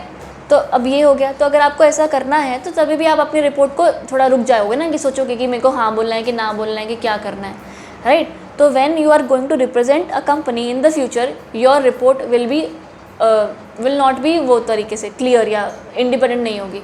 आ रहा है? तो अब तक के तुम्हारे पॉइंट्स कौन से हुए? Self interest, self review, advocacy threat, family और ट्रस्ट बन गया, रीड कर लोगे। उसके अलावा इंटिमिडेशन थ्रेट। अब कंपनी में कोई ऐसा बंदा है जिससे तुम्हारी फट रही है, समझ नहीं आ रहा क्या करना है, वो बंदा डरा रहा है, अगर बोल दिया तो ये तो मेरी जान ले लेगा। इंटिमिडेशन कि तुम उसे डरा के रखा है तुमको, बस, ठीक है। आ गया? सेट है, क्लैरिटी है।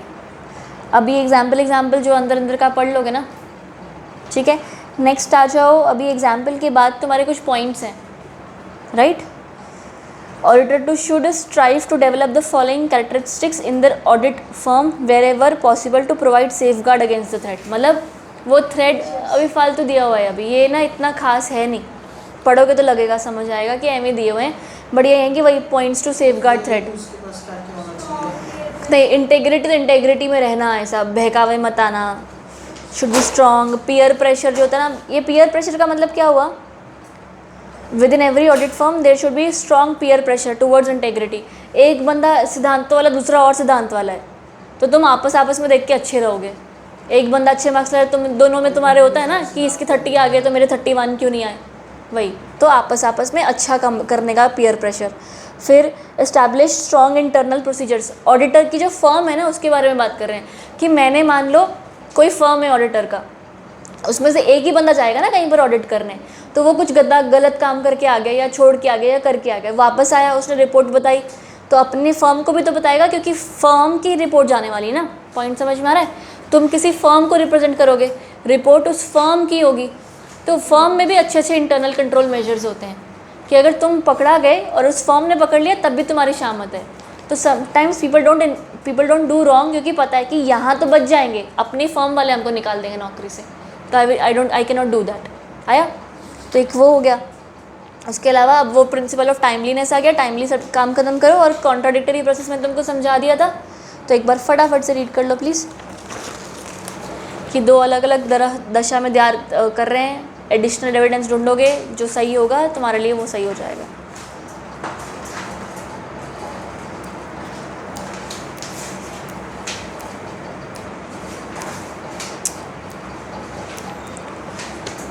आ गया?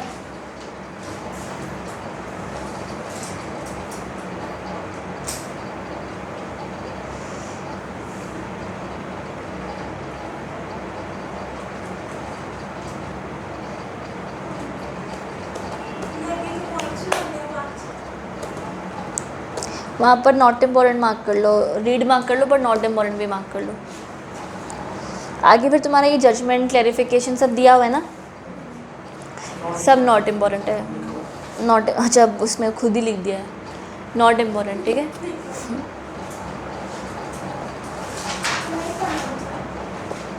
नहीं पढ़ना है, आ गया जो रीड कर लेना एक मन हुआ तो, नहीं तो नॉट इम्पॉर्टेंट है, ठीक है। पूरा पेज क्लैरिफिकेशन तक सीधा लिमिटेशन पे इम्पोर्टेंट मार्क कर लो। अभी रीड मार्क कर देना, छोड़ दे।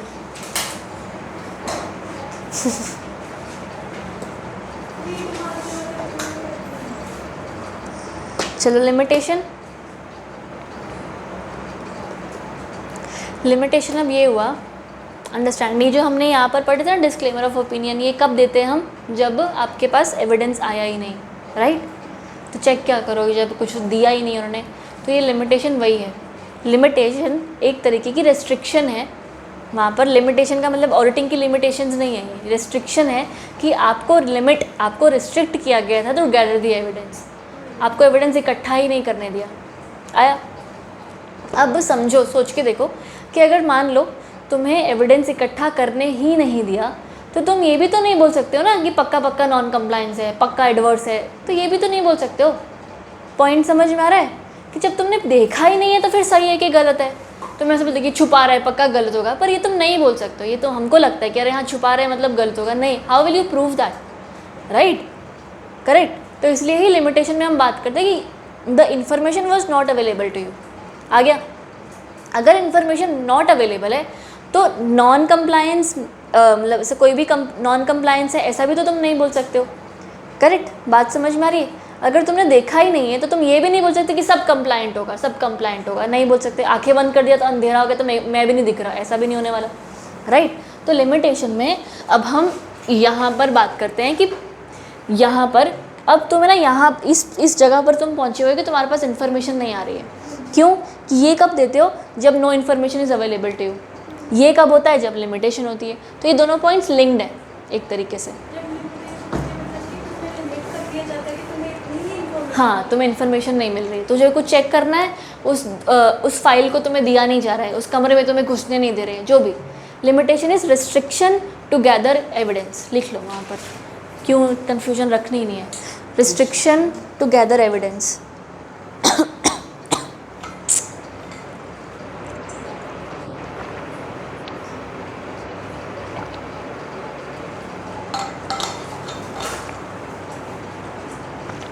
आया?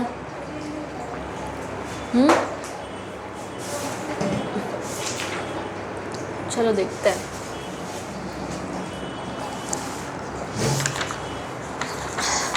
हो भी सकता है, कुछ कोशिश तो करते हैं। Restriction to gather evidence. अब अगर मैं ऐसा बोलूँ कि लिमिटेशन है, ठीक है, तो उसके अंदर आपको अगर इन्फॉर्मेशन मिली ही नहीं है तो आप कोई भी एक तरफ साइड नहीं कर सकते। ये भी नहीं बोल सकते नॉन कंप्लायंस है, ये भी नहीं बोल सकते कंप्लायंस है।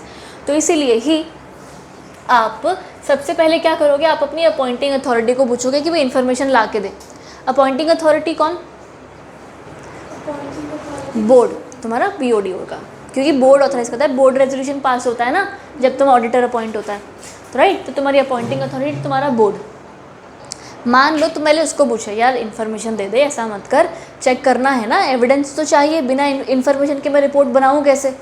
उसने बोला नहीं कोई बात नहीं, इसके बिना बना दे, जितना होता है कर ले, बोल दिया उसने। ठीक है, क्या कर सकते हैं। दूसरा, तुम जाओगे उनके ऊपर जो मैनेजमेंट होगी, कंपनी के प्रमोटर्स, CEOs जो ऊपर हैं, ठीक है, उनके पास गए, कंपनी के ओनर्स, प्रमोटर्स जिसको हम कहते हैं, ठीक है।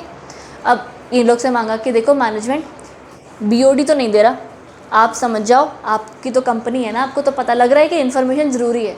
अगर ये इन्फॉर्मेशन नहीं आई तो मैं ओपिनियन नहीं बना पाऊँगा, तो मुझे इन्फॉर्मेशन चाहिए, ठीक है। अब तुमने उनको पूछा, मैनेजमेंट बोली कि हमको नहीं पता, जो बोर्ड बोलती है वो कर लो, तो वो भी हो गया। तुमने यहाँ वहाँ से भी कोशिश कर ली कि कहीं से कुछ मिल जाए, ये एविडेंस नहीं तो कुछ और एविडेंस जो इसकी तरफ इशारा कर दे। तुमने अपनी सारी मेहनत कर ली, ठीक है, ये सब करने के बाद अभी भी इन्फॉर्मेशन नहीं मिली। तुमने बात कर लिया, डिस्कशंस कर लिया वापस कि भाई देख, अगर अब तुमने नई इन्फॉर्मेशन दी ना तो मेरे को डिस्क्लेमर ऑफ ओपिनियन देना पड़ जाएगा, प्लीज़ इन्फॉर्मेशन दे दे। वो बोले जो करना है करो, इन्फॉर्मेशन नहीं मिल सकती है, ये वाली बह गई है पानी में, नहीं मिल सकती, बात ख़त्म हो गई। अब क्या करोगे तुम? नाउ यू आर हियर कि you are no information is provided to you. अब है ना, तुम अपना दिमाग लगाओ, तुम किसी का भी बुरा नहीं करना चाहते हो, ठीक है। अब तुम अपना दिमाग लगाओ कि जो मुझे इन्फॉर्मेशन चाहिए क्या वो इम्पोर्टेंट भी है। आ रहा है बात समझ? हाँ, मटीरियलिटी चेक करो कि जो मुझे इन्फॉर्मेशन चाहिए क्या वो इतनी इंपॉर्टेंट है जिसके लिए मैं इतना खिजल खवार हो रहा हूँ, राइट। सबको परेशान कर दिया, डरा दिया, सारी कोशिशें कर ली, क्या वो इन्फॉर्मेशन उतनी ज़्यादा इंपॉर्टेंट है या नहीं है। अगर वो इन्फॉर्मेशन इंपॉर्टेंट नहीं है, मान लो, ठीक है, इतनी इंपॉर्टेंट नहीं है, तो तुम एक तरीके की मॉडिफाइड रिपोर्ट दे दोगे। क्यों? इम्पॉर्टेंट नहीं है पर मिली तो नहीं ना, मिली होती तो तुम बोल देते कि हाँ ना इम्पॉर्टेंट है, कंप्लायंस है, डन है। तो अगर तुम्हें इन्फॉर्मेशन नहीं मिली है तो इस तरफ का क्लीन ओपिनियन तो तुम्हारा बनने नहीं वाला। आ गया? अगर इन्फॉर्मेशन नहीं मिली है और मटेरियल नहीं है is what you thought of, तो फिर क्लीन ओपिनियन नहीं बनेगा, क्या बनेगा? Modified opinion. आ गया? ठीक है, यहाँ तक क्लैरिटी। पर अगर तुम सोचे कि ये इन्फॉर्मेशन के बिना I can not really form an opinion, ये मटेरियल है, very very very very very important information है, मुझे तो चाहिए ही चाहिए, ठीक है। अगर तुमने ऐसा सोच लिया तो आगे तुम देखोगे कि अगर मटेरियल इन्फॉर्मेशन है तो चेक करो कि परवेसिव है या नॉन परवेसिव है, ठीक है। परवेसिव का मतलब something even beyond materiality, right, something even beyond materiality, कि इफ़ इट इज़ परवेसिव मतलब it is very very very required to form an opinion, ठीक है, इसके बिना ओपिनियन नहीं बन सकता। आ रहा है? तो अगर वो परवेसिव नहीं है तो तुम एक क्वालिफाइड ओपिनियन दे दो। आ गया? एक तरीके का मॉडिफाइड ही, पर यहाँ पर हमने स्पेसिफिकली बोल दिया कि ये स्पेसिफिक चीज़ हमको नहीं मिली ना, इसलिए ये क्वालिफाइड ओपिनियन है। वहाँ पर हम क्वालिफाइड दे सकते थे, हाँ, पर है ना मॉडिफाइड के अंदर हम क्या बोलते हैं, जनरलिटी बोलते हैं कि वैसे सब कुछ डन है, एक आधी चीज़ हमें नहीं मिली बस, ठीक है। तो वो मॉडिफाइड हो जाता है, जनरल थोड़ा हो जाता है। जब हम स्पेसिफिकली क्वालिफाइड, तभी यहाँ पर दोनों इकट्ठे लिखे हुए हैं ना, कि अगर आप क्वालिफाइड बोल दो तो आप एक स्पेसिफिक इवेंट की तरफ इशारा कर देते हो। अनक्वालिफाइड नहीं आना चाहिए अगर वो इम्पोर्टेंट है। बता क्या जो ये नॉन परसीव वाला ना, Qualify- वो इम्पोर्टेंट है कि नहीं है, नॉन परसीव मतलब इम्पोर्टेंट नहीं है वो। नहीं, बियॉन्ड मटीरियलिटी मतलब मटीरियल से भी ज़्यादा इंपॉर्टेंट है। इम्पोर्टेंट है तो इसमें क्वालिफाइड कैसे है? क्वालिफाइड आएगा क्योंकि अनक्वालिफाइड का तो मतलब होता है क्लीन। तो यहाँ पे भी तो इधर भी क्वालिफाइड है, उधर भी मॉडिफाइड है, सेम ही हुआ एक तरह से, सेम ही हाँ। होगा। हाँ, क्या हुआ बता, कहाँ अटकी? इसको मैं वही समझ रहा था कि अगर वो इम्पोर्टेंट है तो वो क्लीन जाना चाहिए ना ओपिनियन। अरे तेरा गुम गई तू, रुक जा। वो ये प्रॉब्लम है इस चैप्टर में। फॉर्मेशन ऑफ ओपिनियन जब आप करते हो तो आप दो ओपिनियंस करते हो, एक अनमॉडिफाइड, उस अनमॉडिफाइड को ही अनक्वालिफाइड कहते हैं, अनक्वालिफाइड को ही क्लीन कहते हैं। अगर अनमॉडिफाइड क्लीन ओपिनियन का क्या मतलब है तेरे दिमाग में? कि जिसमें मतलब सारे कॉम्प्लेक्सेस किए हुए हैं, है ना, यानी कि आपका एब्सोल्यूट कंप्लायंस है। आ गया? तो विदाउट क्वालिफिकेशन मतलब विदाउट रेस्ट्रिक्शन, विदाउट कंडीशन, सब कुछ साफ साफ चिकना, एकदम बढ़िया सुंदर, राइट। तो अगर अनमॉडिफाइड, अनक्वालिफाइड और क्लीन है तो सब कुछ अच्छा है, सारे कंप्लायंसेस डन है। आ गया? यहाँ पर मैं तेरे को क्या बोल रही हूँ कि तेरे को इन्फॉर्मेशन मिली ही नहीं तो तू कैसे बोल देगी कि वो मटेरियल है कि नहीं? तूने तो इन्फॉर्मेशन देखी ही नहीं ना, देखेगी तो पता लगेगा ना कि सच में मटेरियल है कि इममटेरियल है, राइट। अगर तेरे पास वो किताब आएगी, तू खोलेगी, तू पढ़ेगी तो बोलेगी अरे ये तो फालतू लिखा हुआ है, जाने दो, राइट। अभी के लिए तेरे को लग रहा है कि हाँ ये वाला चैप्टर इंपॉर्टेंट नहीं है तो तू नहीं पढ़ रही है, पर जब खोलेगी तब पता लगेगा, राइट। तो हम यहाँ पर ऐसा बोल रहे हैं कि अगर मान लो कि आपको वो इन्फॉर्मेशन मिली ही नहीं और वो इन्फॉर्मेशन आपके दिमाग में शायद इम्पॉर्टेंट है भी नहीं, ठीक है, तो तुम एक मॉडिफाइड ओपिनियन बना दोगे। जो तुम्हें इन्फॉर्मेशन नहीं मिली है वो बहुत ज़रूरी इन्फॉर्मेशन है यार, मैं क्या करूँ उसके बिना, राइट, बहुत ज़रूरी इन्फॉर्मेशन है। अब वो इन्फॉर्मेशन अगर तुम्हें नहीं मिली है फिर भी, पर वो उतनी ज़्यादा ज़रूरी नहीं है जितना मुझे लग रहा है। ज़रूरी है पर नॉन परवेसिव है कि इसके बिना काम चल सकता है। मान लो जैसे आज रिदम नहीं आई, क्लास हो सकती है ना, तो क्लास का एक बच्चा नॉन परवेसिव है, आया समझ, ठीक है। पर ये क्लास में मैं नहीं आऊँगी तो क्लास हो सकती है, तो वो परवेसिव है। नॉन परवेसिव मतलब जिसके बिना काम चल सकता है, परवेसिव मतलब जिसके बिना काम ही नहीं चल सकता, ठीक है। तो अगर मटीरियल है पर नॉन परवेसिव है तो फिर तुम एक क्वालिफाइड ओपिनियन दो कि ये स्पेसिफाइड इवेंट नहीं हो पाया था इंस्टेंस ऑफ नॉन कंप्लायंस, कि ये specified instance of non compliance है। कोई चीज़ अगर परवेसिव है कि इसके बिना तो काम चल ही नहीं सकता था, तुमने ये मुझे नहीं दिया, मैं ये इन्फॉर्मेशन के बिना मैं ओपिनियन बनाने के काबिल ही नहीं हूँ, तो आप डिस्क्लेमर ऑफ ओपिनियन दे दोगे कि आपका ओपिनियन है ही नहीं, सॉरी माफ़ करो, I can not form an opinion here, वो डिस्क्लेमर ऑफ ओपिनियन होगा डिस्क्लेमर हो जाएगी कि भाई मेरे को इन्फॉर्मेशन ही नहीं आई तो मैं अपनी राय क्या बताऊँ, आ रहा है समझ। तो डिस्क्लेमर ऑफ ओपिनियन एकदम थर्ड, एकदम लास्ट कैटेगरी, भाई स्पेसिफिकली बोलोगे कि no information is available to form an opinion. Such opinion जब आप ये डिस्क्लेमर ऑफ ओपिनियन जब आप देते हो ना, तो आप पूरा प्रॉपर मैनेजमेंट से बात करके, क्योंकि ये देखिए पूरा प्रोसेस है, क्राइटेरिया है यहाँ तक पहुँचने का। पहले बोर्ड BOD से बात करोगे, मैनेजमेंट से बात करोगे, फिर भी इन्फॉर्मेशन नहीं मिली तो यहाँ वहाँ से ढूंढोगे, फिर अपना ही दिमाग लगाओगे कि शायद इंपॉर्टेंट नहीं है, चल ठीक है, इंपॉर्टेंट नहीं है तो मॉडिफाइड, अगर इंपॉर्टेंट है पर इसके बिना काम चल सकता है यानी कि नॉन परवेसिव है तो क्वालिफाइड, अगर इंपॉर्टेंट है और इसके बिना काम चल भी नहीं सकता तो डिस्क्लेमर। तो ये लास्ट रिजॉर्ट होगा आपका। आ रहा है, समझ आ रहा है, पक्की बात है, एकदम क्लैरिटी के साथ है, कोई डाउट?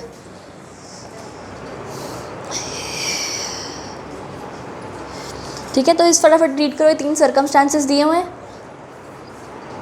और तुम्हारे पॉइंट्स हैं सारे सिमिलर।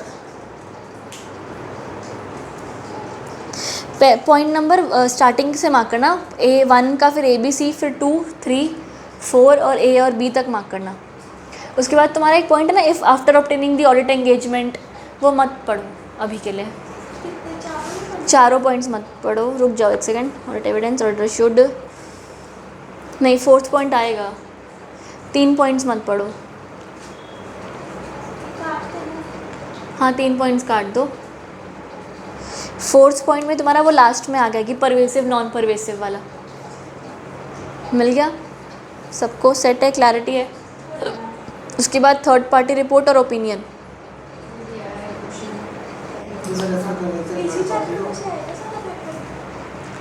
आता है इसमें से कुछ कुछ, हाँ जी।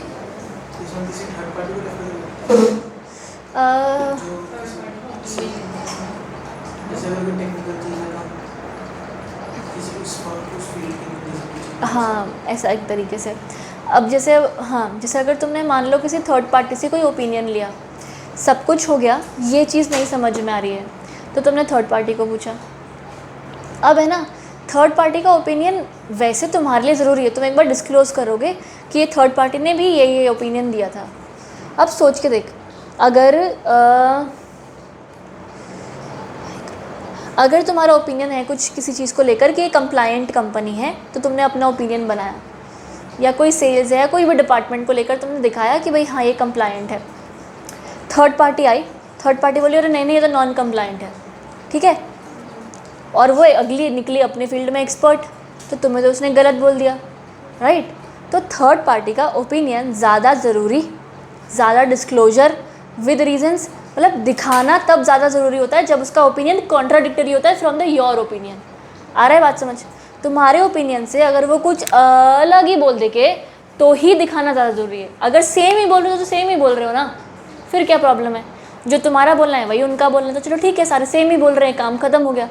तो third opinion is to be properly, adequately, with reasons to be disclosed if it is contradictory from the opinion of the auditor. If it is same, then it is okay. आया? आप ही की वो डिपेंड करता है कि तो company बोल देती है कि लेना है, दोनों की हो सकती है, मुझे नहीं पता, मेरे को लेबर लॉस का ज़्यादा नॉलेज नहीं है, तो मैं लेबर ऑफिसर को बुलाऊंगी कि तू ऑडिट करके दे यहाँ का, anything. Third party opinion can be taken in any case, कोई क्राइटेरिया नहीं है इसका।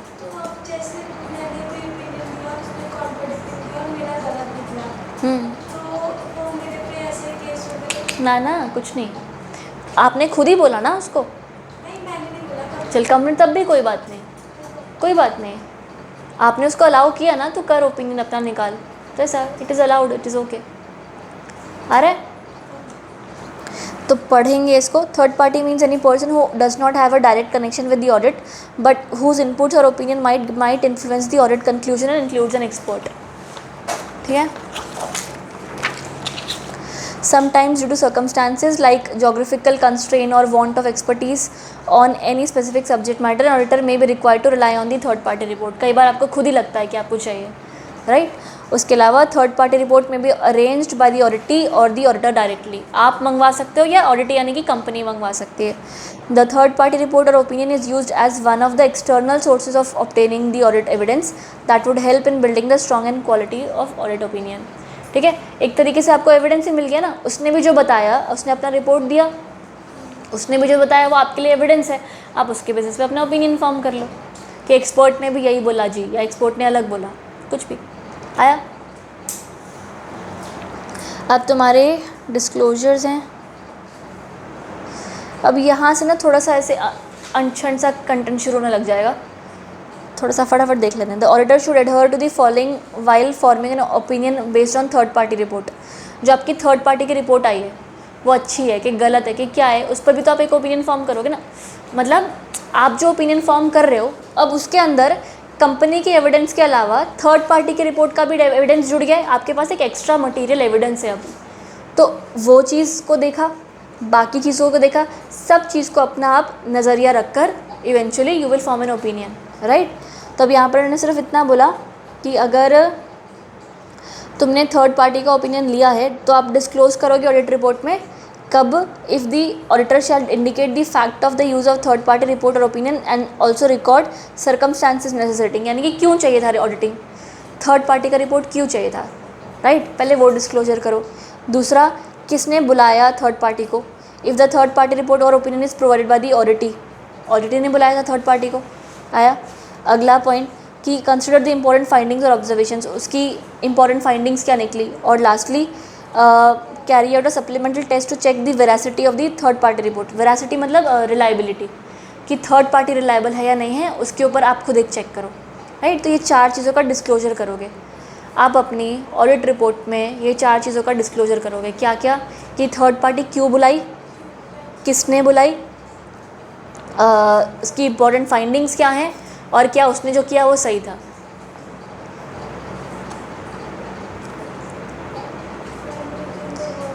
हाँ, using the work of the third party the auditor should consider the independence and objectivity, यानी कि उसकी कुछ क्वालिटीज़ चेक करोगे कि आपकी क्या वो कैसा है कैसा नहीं है, राइट। तो अगर मान लो उसको कुछ आता ही नहीं है, ऐसा ही कोई इंटर्न आ गया था तो आपको नहीं पता ना, तो बस पॉइंट्स मैं बता रही हूँ वो लिख लो, फालतू पूरा रीड मत करो। पहला, थर्ड पार्टी का आप क्या चेक करोगे, पहला इंडिपेंडेंस, लिखो कृष्ण। थर्ड पार्टी के क्या क्या पॉइंट्स चेक करोगे, first independence, second competency, third scope, mark कर लेते को मार्क करना है तो, फोर्थ कॉस्ट इफेक्टिव है कि नहीं,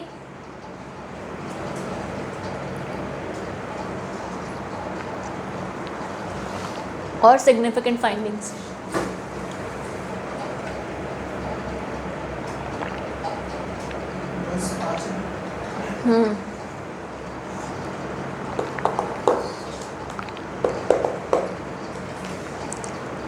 आ गया।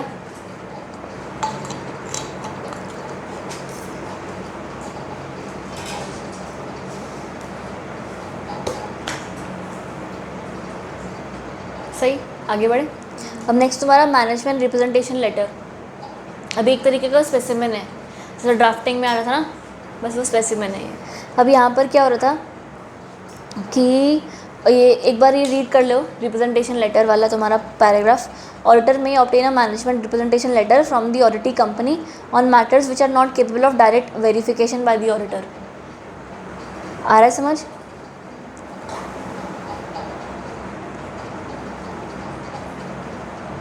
पार्ट ऑफ हाँ, एक सेकंड मैं पढ़ ही रही हूँ, मैं कंफ्यूज हो गई थोड़ा सा। Auditor may obtain a management representation letter from the auditee company on matters which are not capable of direct verification. हाँ ठीक है, एक तरीके से जो ऑडिटर नहीं कर पा रहा है या नहीं कर सकता है डायरेक्टली वेरीफाई, तो उसके लिए अब फॉर एग्ज़ाम्पल कंपनी ने बोला कि हमारा ना एक शिमला में गोडाउन है, वहाँ पर है ना कुछ सामान रखा है, क्या नाम उसका, कुछ जनरेटर्स रखे हैं, तो वहाँ पर एसी की ज़रूरत है, तो हमने वहाँ पर 16 एसी लगवाए हैं, तो तुम नहीं जा सकते वहाँ पर, डायरेक्ट वेरिफिकेशन उसकी पॉसिबल नहीं है। तो उसका लेटर आप मांग लोगे कि आपने लिख के दे दो मुझे कि आपने मुझे ये इन्फॉर्मेशन दी है और ये इन्फॉर्मेशन ट्रू है, दैट इज़ रिप्रेजेंटेशन लेटर कि आई रिप्रेजेंट कि ये सब सही होगा। आ गया समझ? तो पहला।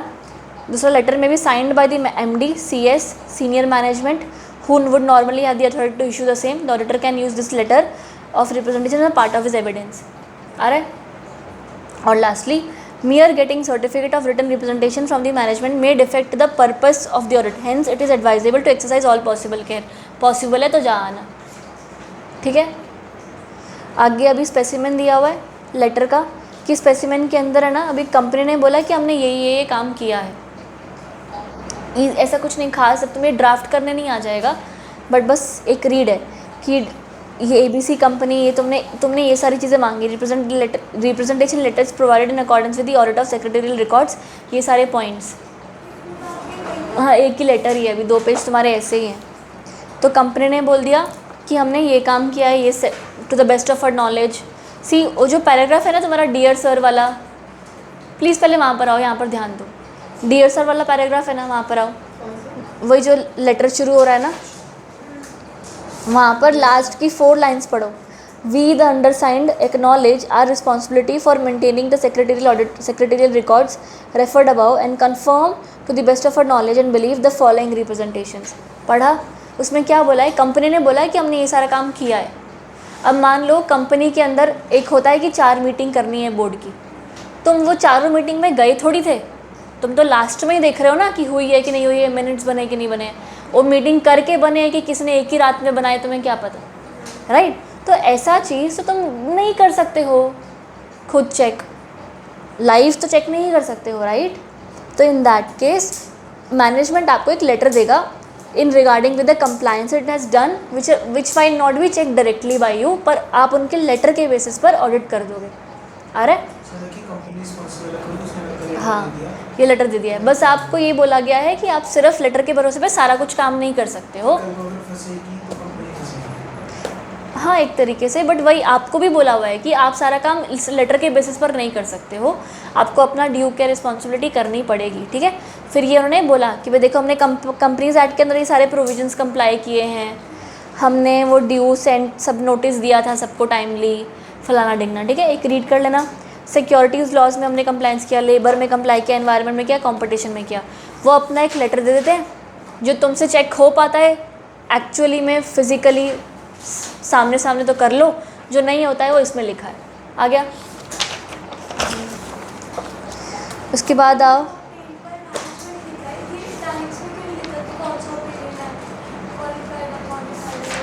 कहाँ पर?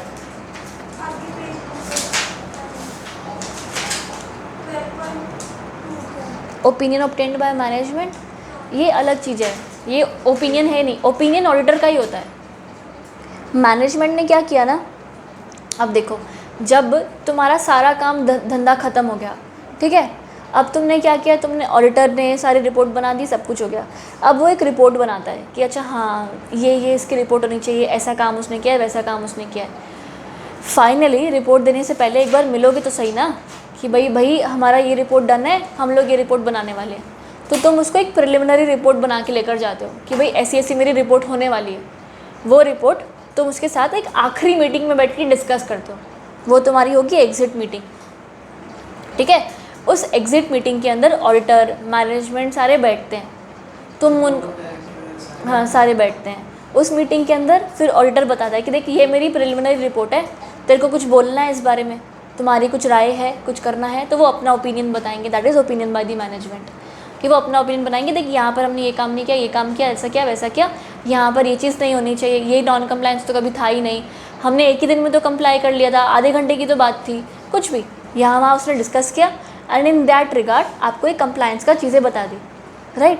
जब उसने बता दी तो अब वो ड्यूरिंग एग्जिट मीटिंग सब डिस्कस हो जाएगा, एंड लेटर ऑन आप उनके बेसिस पर जो वो आपको ओपिनियन देंगे ना, समझ रहे हो बात, जो मैनेजमेंट आपको ओपिनियन देगी ना, आप उस ओपिनियन के बेसिस पर आगे अपनी रिपोर्ट को अगर चेंज करना चाहते हो तो कर लो, नहीं तो आपकी वो फाइनल रिपोर्ट भी हो सकती है, कोई ज़बरदस्ती नहीं है।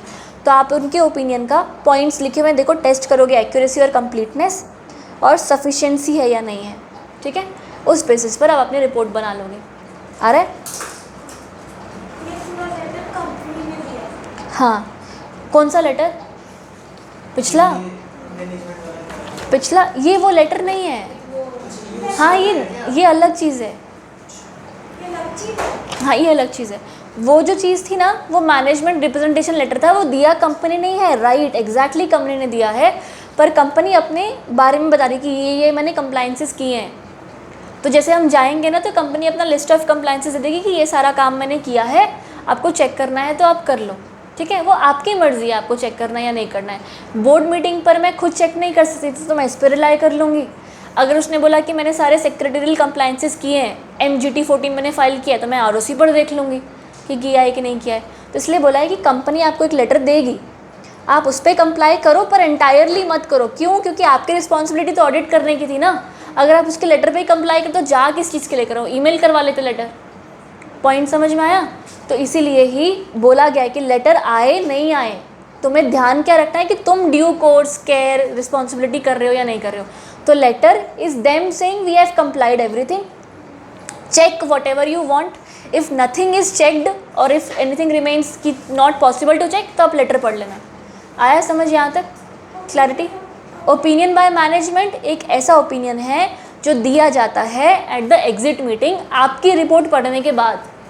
आप अपनी एक प्रिलिमिनरी रिपोर्ट बनाते हो, एग्जिट मीटिंग में उनको देते हो, वो अपना ओपिनियन आपको देते हैं, फिर आप उनके ओपिनियन के बेसिस पर एक फ़ाइनल रिपोर्ट बना लोगे।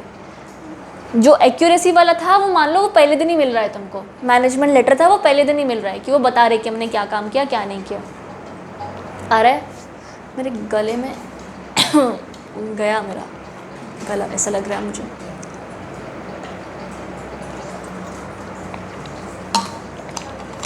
गला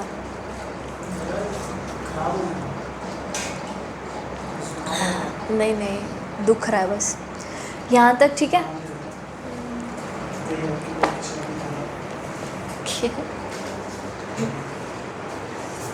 एक सेकंड, और क्या रहता है इधर? हो जाएगा ख़त्म यार। हाँ, बस ये चैप्टर ख़त्म कर देते ना यार, 2 ही पेज रह गए हैं। 2 ही रह गए बस, 2 ही तो है। देख तूने 2 ही बार तो किया, 2 ही हैं बस, ख़त्म हो गया। आगे इम्पोर्टेंट भी नहीं है ज़्यादा, कोई बात नहीं, थोड़ी सी हिम्मत रख बस।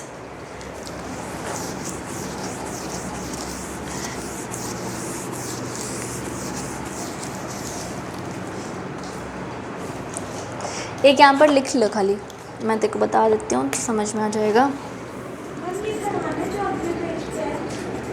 पूरा पसंद किया है। मैं बता देख लेती हूँ, एक सेकंड पहले ये फटाफट लिख लो। हाँ हाँ, ये पढ़ना है यार। पहले प्रिलिमिनरी रिपोर्ट ज़्यादा इम्पोर्टेंट नहीं है, सारे मत लिखना, मैं बता, रुक जा, पहले ये लिख ले काम की चीज़ें, ठीक है। ये जो ओपिनियन बाय मैनेजमेंट है ना, उसी के ही ऊपर नीचे कहीं पर लिख लो। तो preliminary report, preliminary draft report actually, ये प्रिलिमिनरी ड्राफ्ट रिपोर्ट तुम दोगे किसको? मैनेजमेंट को। इस कब दोगे? अपने एग्ज़िट मीटिंग के दौरान। एग्ज़िट मीटिंग या तो एग्ज़िट कॉन्फ्रेंस बोलते हैं उसको,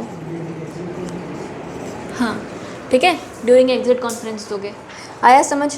अब इस एग्ज़िट कॉन्फ्रेंस के हिसाब से इस मीटिंग के अंदर management will give its own opinion. आ रहा है? इट्स ओन ओपिनियन और एविडेंसेस कुछ और भी उसको देना है तो वो दे देगी।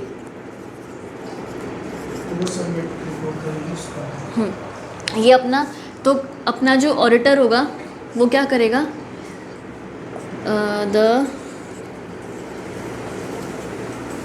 ऑडिटर क्या करेगा? वो 2 चीज़ें चेक करेगा। क्या? इस ओपिनियन का सफिशिएंसी अभी हमने देखा ना। और एक और क्या चेक करेगा, रिलायबिलिटी थी, क्या थी, एक्यूरेसी। ये दोनों चेक कर लिया। जब ये दोनों चेक कर लिया तो इसके बेसिस पर उसने क्या बनाई, अपना एक फॉर्मल ड्राफ्ट।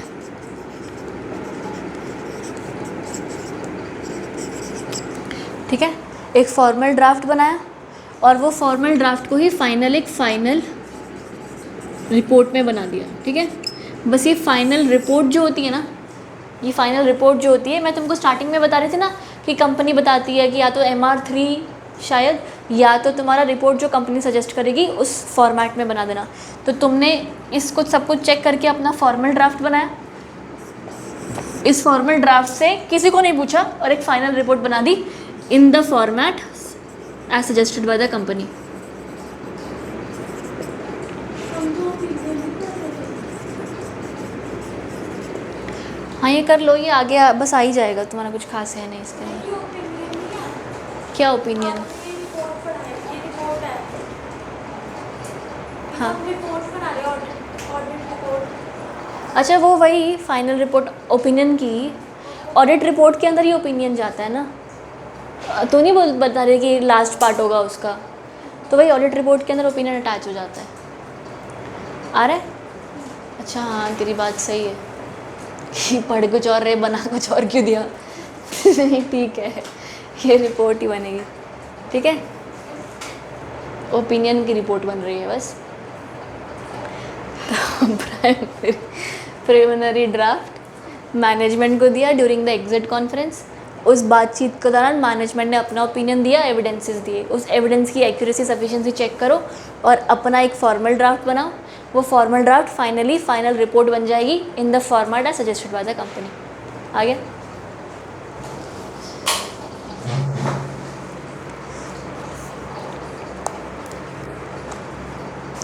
ठीक है, फटाफट इसको लिख लो, फिर आगे बढ़ते हैं। ये डब्बे की ना एक बार फ़ोटो खींच लेना जी, एक बार ख़त्म कर देते हैं हम चैप्टर। ठीक है, आगे तुम्हारा एग्जिट कॉन्फ्रेंस आ जाएगा। एग्जिट कॉन्फ्रेंस वही है, last meeting with the management.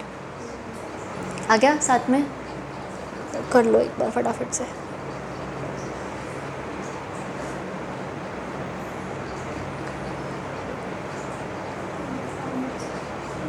हो गया? चलो ठीक है, शाबाश। एग्जिट कॉन्फ्रेंस तुम्हारा डन, लास्ट मीटिंग हो गई।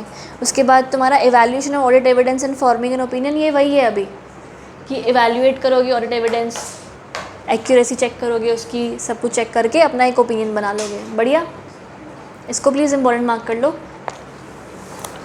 तो ये रीड करो, वही कंप्लीट एविडेंस होगा, क्वांटिटेटिवली एफिशिएंट है, सफिशिएंट है कि नहीं, वो सारे सेम पॉइंट्स लिखे हुए हैं बस।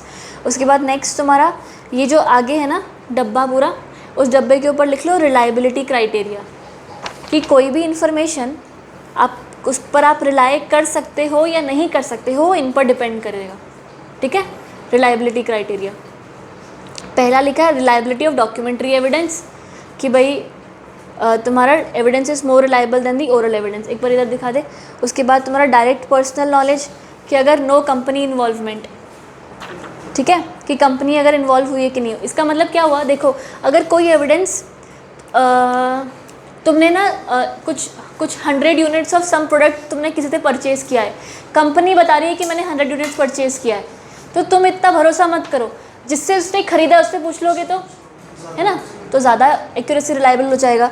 तो डायरेक्ट पर्सनल नॉलेज, फिर वहाँ से एक्सटर्नल सोर्सेज से इन्फॉर्मेशन आ गई, सिमिलर हो गया, नो कंपनी इन्वॉल्वमेंट हो गई, राइट। तुम्हारा एक second direct personal most reliable, हाँ ठीक है। डायरेक्ट पर्सनल नॉलेज कुछ चीज़ जो कंपनी को खुद पता लगी, from finding in the forms etcetera. External source वो बाहर से तुमने पूछ लिया। आया समझ? इतना कुछ तो मैंने लिखा है। लिखा कुछ भी नहीं, वहाँ पर डायरेक्ट पर्सनल नॉलेज लिखी है ना, हाँ जी। बस वो डायरेक्ट पर्सनल नॉलेज मतलब आपको खुद पता लग गया। एक्सटर्नल सोर्स मतलब बाहर से पता लग गया। विजुअल एविडेंस मतलब आपने देख ही लिया कि हाँ 16 AC लगे हैं। एग्जामिनिंग कट कर दो। ओरल एविडेंस लीस्ट रिलायबल पता लग गया। Reliability of information generated with in entity के अंदर जो अगर तुम्हें इन्फॉर्मेशन है तो उस पर तुम तो ही भरोसा करोगे अगर वहाँ पर ICS इंटरनल कंट्रोल सिस्टम है। अगर इंटरनल कंट्रोल सिस्टम नहीं है तो रिलायबिलिटी कम हो जाती है। आया? बढ़िया। उसके बाद फोटोकॉपी लेस रिलायबल, चेंज हो सकते हैं, ऑल्टर हो सकते हैं, क्या पता लगता है। एक्सेप्टेड एविडेंस कट कर दो। और gain increase assurance, gain increase assurance के वहाँ पर लिख दो वो कॉन्ट्राडिक्टरी वाला।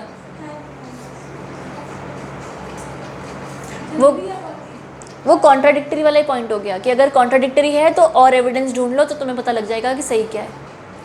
ठीक है?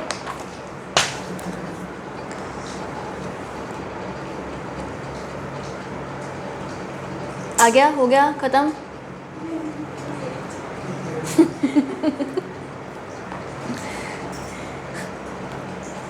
चलो चलो जल्दी आगे पढ़ेंगे।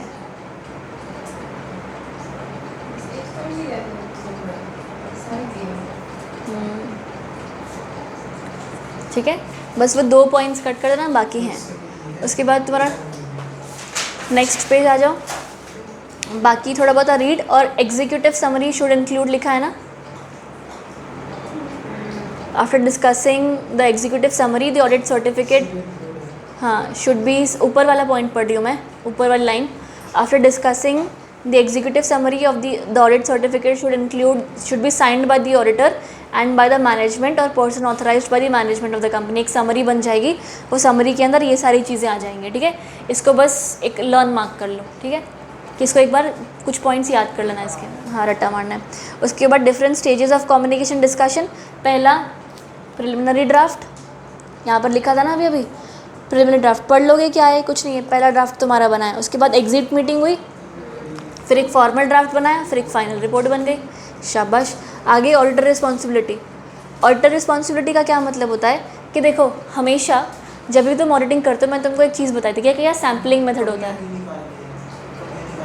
नहीं एक सेकेंड, तुम्हें क्या होता है यूजुअली एक तुम सैम्पलिंग मेथड से करते हो, राइट? तो जब भी तुम ऑडिटिंग करते हो अगर वो सैम्पलिंग मेथड से ही होती है तो इसका ये मतलब हुआ ना कि सब कुछ चेक नहीं हुआ है। हमेशा हर इंसान की ऑडिट रिपोर्ट ओपिनियन प्रॉपरली 100% सही होगा ऐसा ज़रूरी नहीं है, राइट?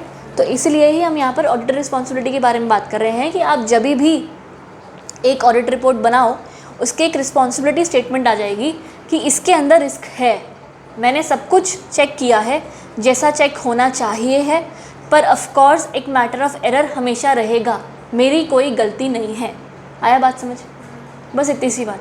आपकी ऑडिट रिपोर्ट ओपिनियन के नीचे प्रॉपर डिस्क्लेमर आ जाएगा कि इसमें गलतियां हो सकती हैं क्योंकि हम सैम्पलिंग पर हमने लॉ के हिसाब से सारा काम किया। आ गया? तो बस audit responsibility that is a declaration of your risk. Declaration आ गया बात समझ आ गई? ठीक है, फिर उसके बाद तुम्हारा जो सेकंड पॉइंट है ना,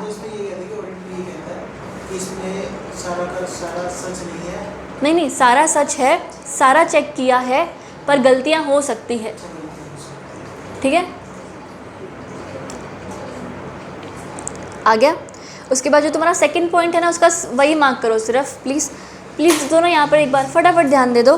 the audit report shall state that due to inherent limitations of auditing including internal financial control है, अनअवॉइडेबल रिस्क है, मिस स्टेटमेंट हो सकती है, नॉन कंप्लायंस हो सकता है, even though the audit is properly planned and performed in accordance with the standards. Second point बस उतना मार्क कर लो। सेकेंड पॉइंट, फर्स्ट पॉइंट रहने दो। उसके बाद तुम्हारा एक फोर्थ पॉइंट है उसको मार्क कर लो। Audit report, Auditor's report include a separate section which is heading auditor responsibility that will state or express the opinion of the auditor about the following कि applicable auditing standard से मैंने comply किया था, audit TR free from misstatement, opinions मेरे expressed हैं, proper collected evidence के साथ आए हैं और मैंने सारे laws applicables का उन्होंने follow किया हुआ है ऐसा, तो आपका एक statement आ जाएगी। आया? सही। Format of report, address to the appointing authority लिखा है ना, ये गलत लिखा है, एड्रेस टू दी मेंबर्स।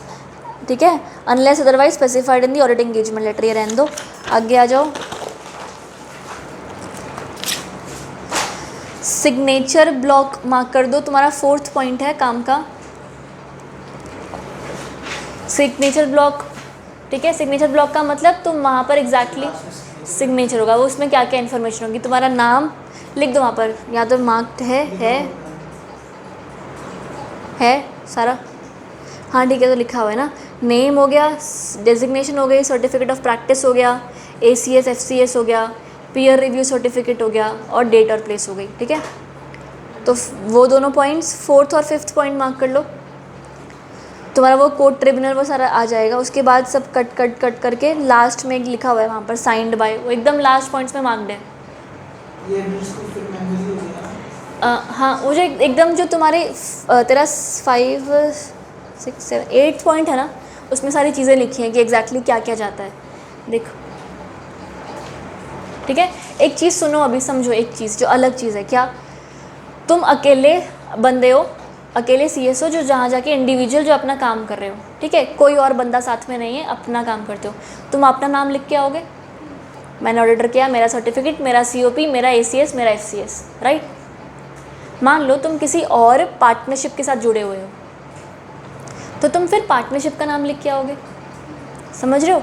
अगर कोई बहुत बड़ी पार्टनरशिप, हम तुम डेलॉइट में लग गए, ठीक है, वाहिगुरु, तुम डेलॉइट में लग गए। अब डेलॉइट में अगर जाओगे तो तुम वहाँ पर ऑडिट तुमने किया है पर नाम डेलॉइट का आएगा, आए समझ। डेलॉइट के जिस भी तुम्हारा, मान लो तुम्हारा डेलॉइट के अंदर कोई एक पार्टनर है जो तुम्हारा सर है, तो तुम उस सर का नाम लिखोगे ना कि वो सर, इनका COP, उनका, राइट। तो जब भी तुम एज अ पार्टनरशिप के अंदर को रिप्रेजेंट करते हुए जाते हो तो पार्टनरशिप का नाम लिखते हो, पार्टनरशिप में उस पार्टनर का COP, उस पार्टनर का ACS FCS लिखते हो, उस पार्टनर का सब कुछ लिखते हो। और तुम इंडिविजुअली जा रहे हो तो अपना नाम लिखोगे, सिंपल है, बस इतनी सी बात, ठीक है। ये हुआ। उसके बाद pre requisites for the reporting, कुछ नहीं, एक्यूरेट होना चाहिए, objective, clear, concise, constructive, complete, timely. आगे ये सारी चीज़ें लिख लोगे। आगे सबमिशन कर दोगे, फिर किसको करोगे, देखो अब सही लिखा है सेकंड पॉइंट में, sometimes the reports address to the member but submitted to the board, मिल गया। फिर साइन हो जाएगा, साइन जैसे पीछे था वैसा सिमिलर साइन हो जाएगा। और reporting with qualifications, sorry with नहीं लिखा, मेरे में तो विद लिखा, अच्छा दोनों लिखा है, मेरे में सिर्फ विद लिखा है।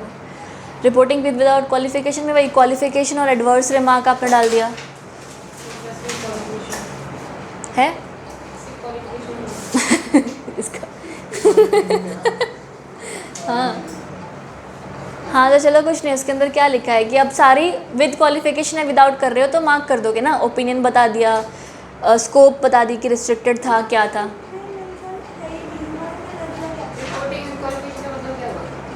कि अगर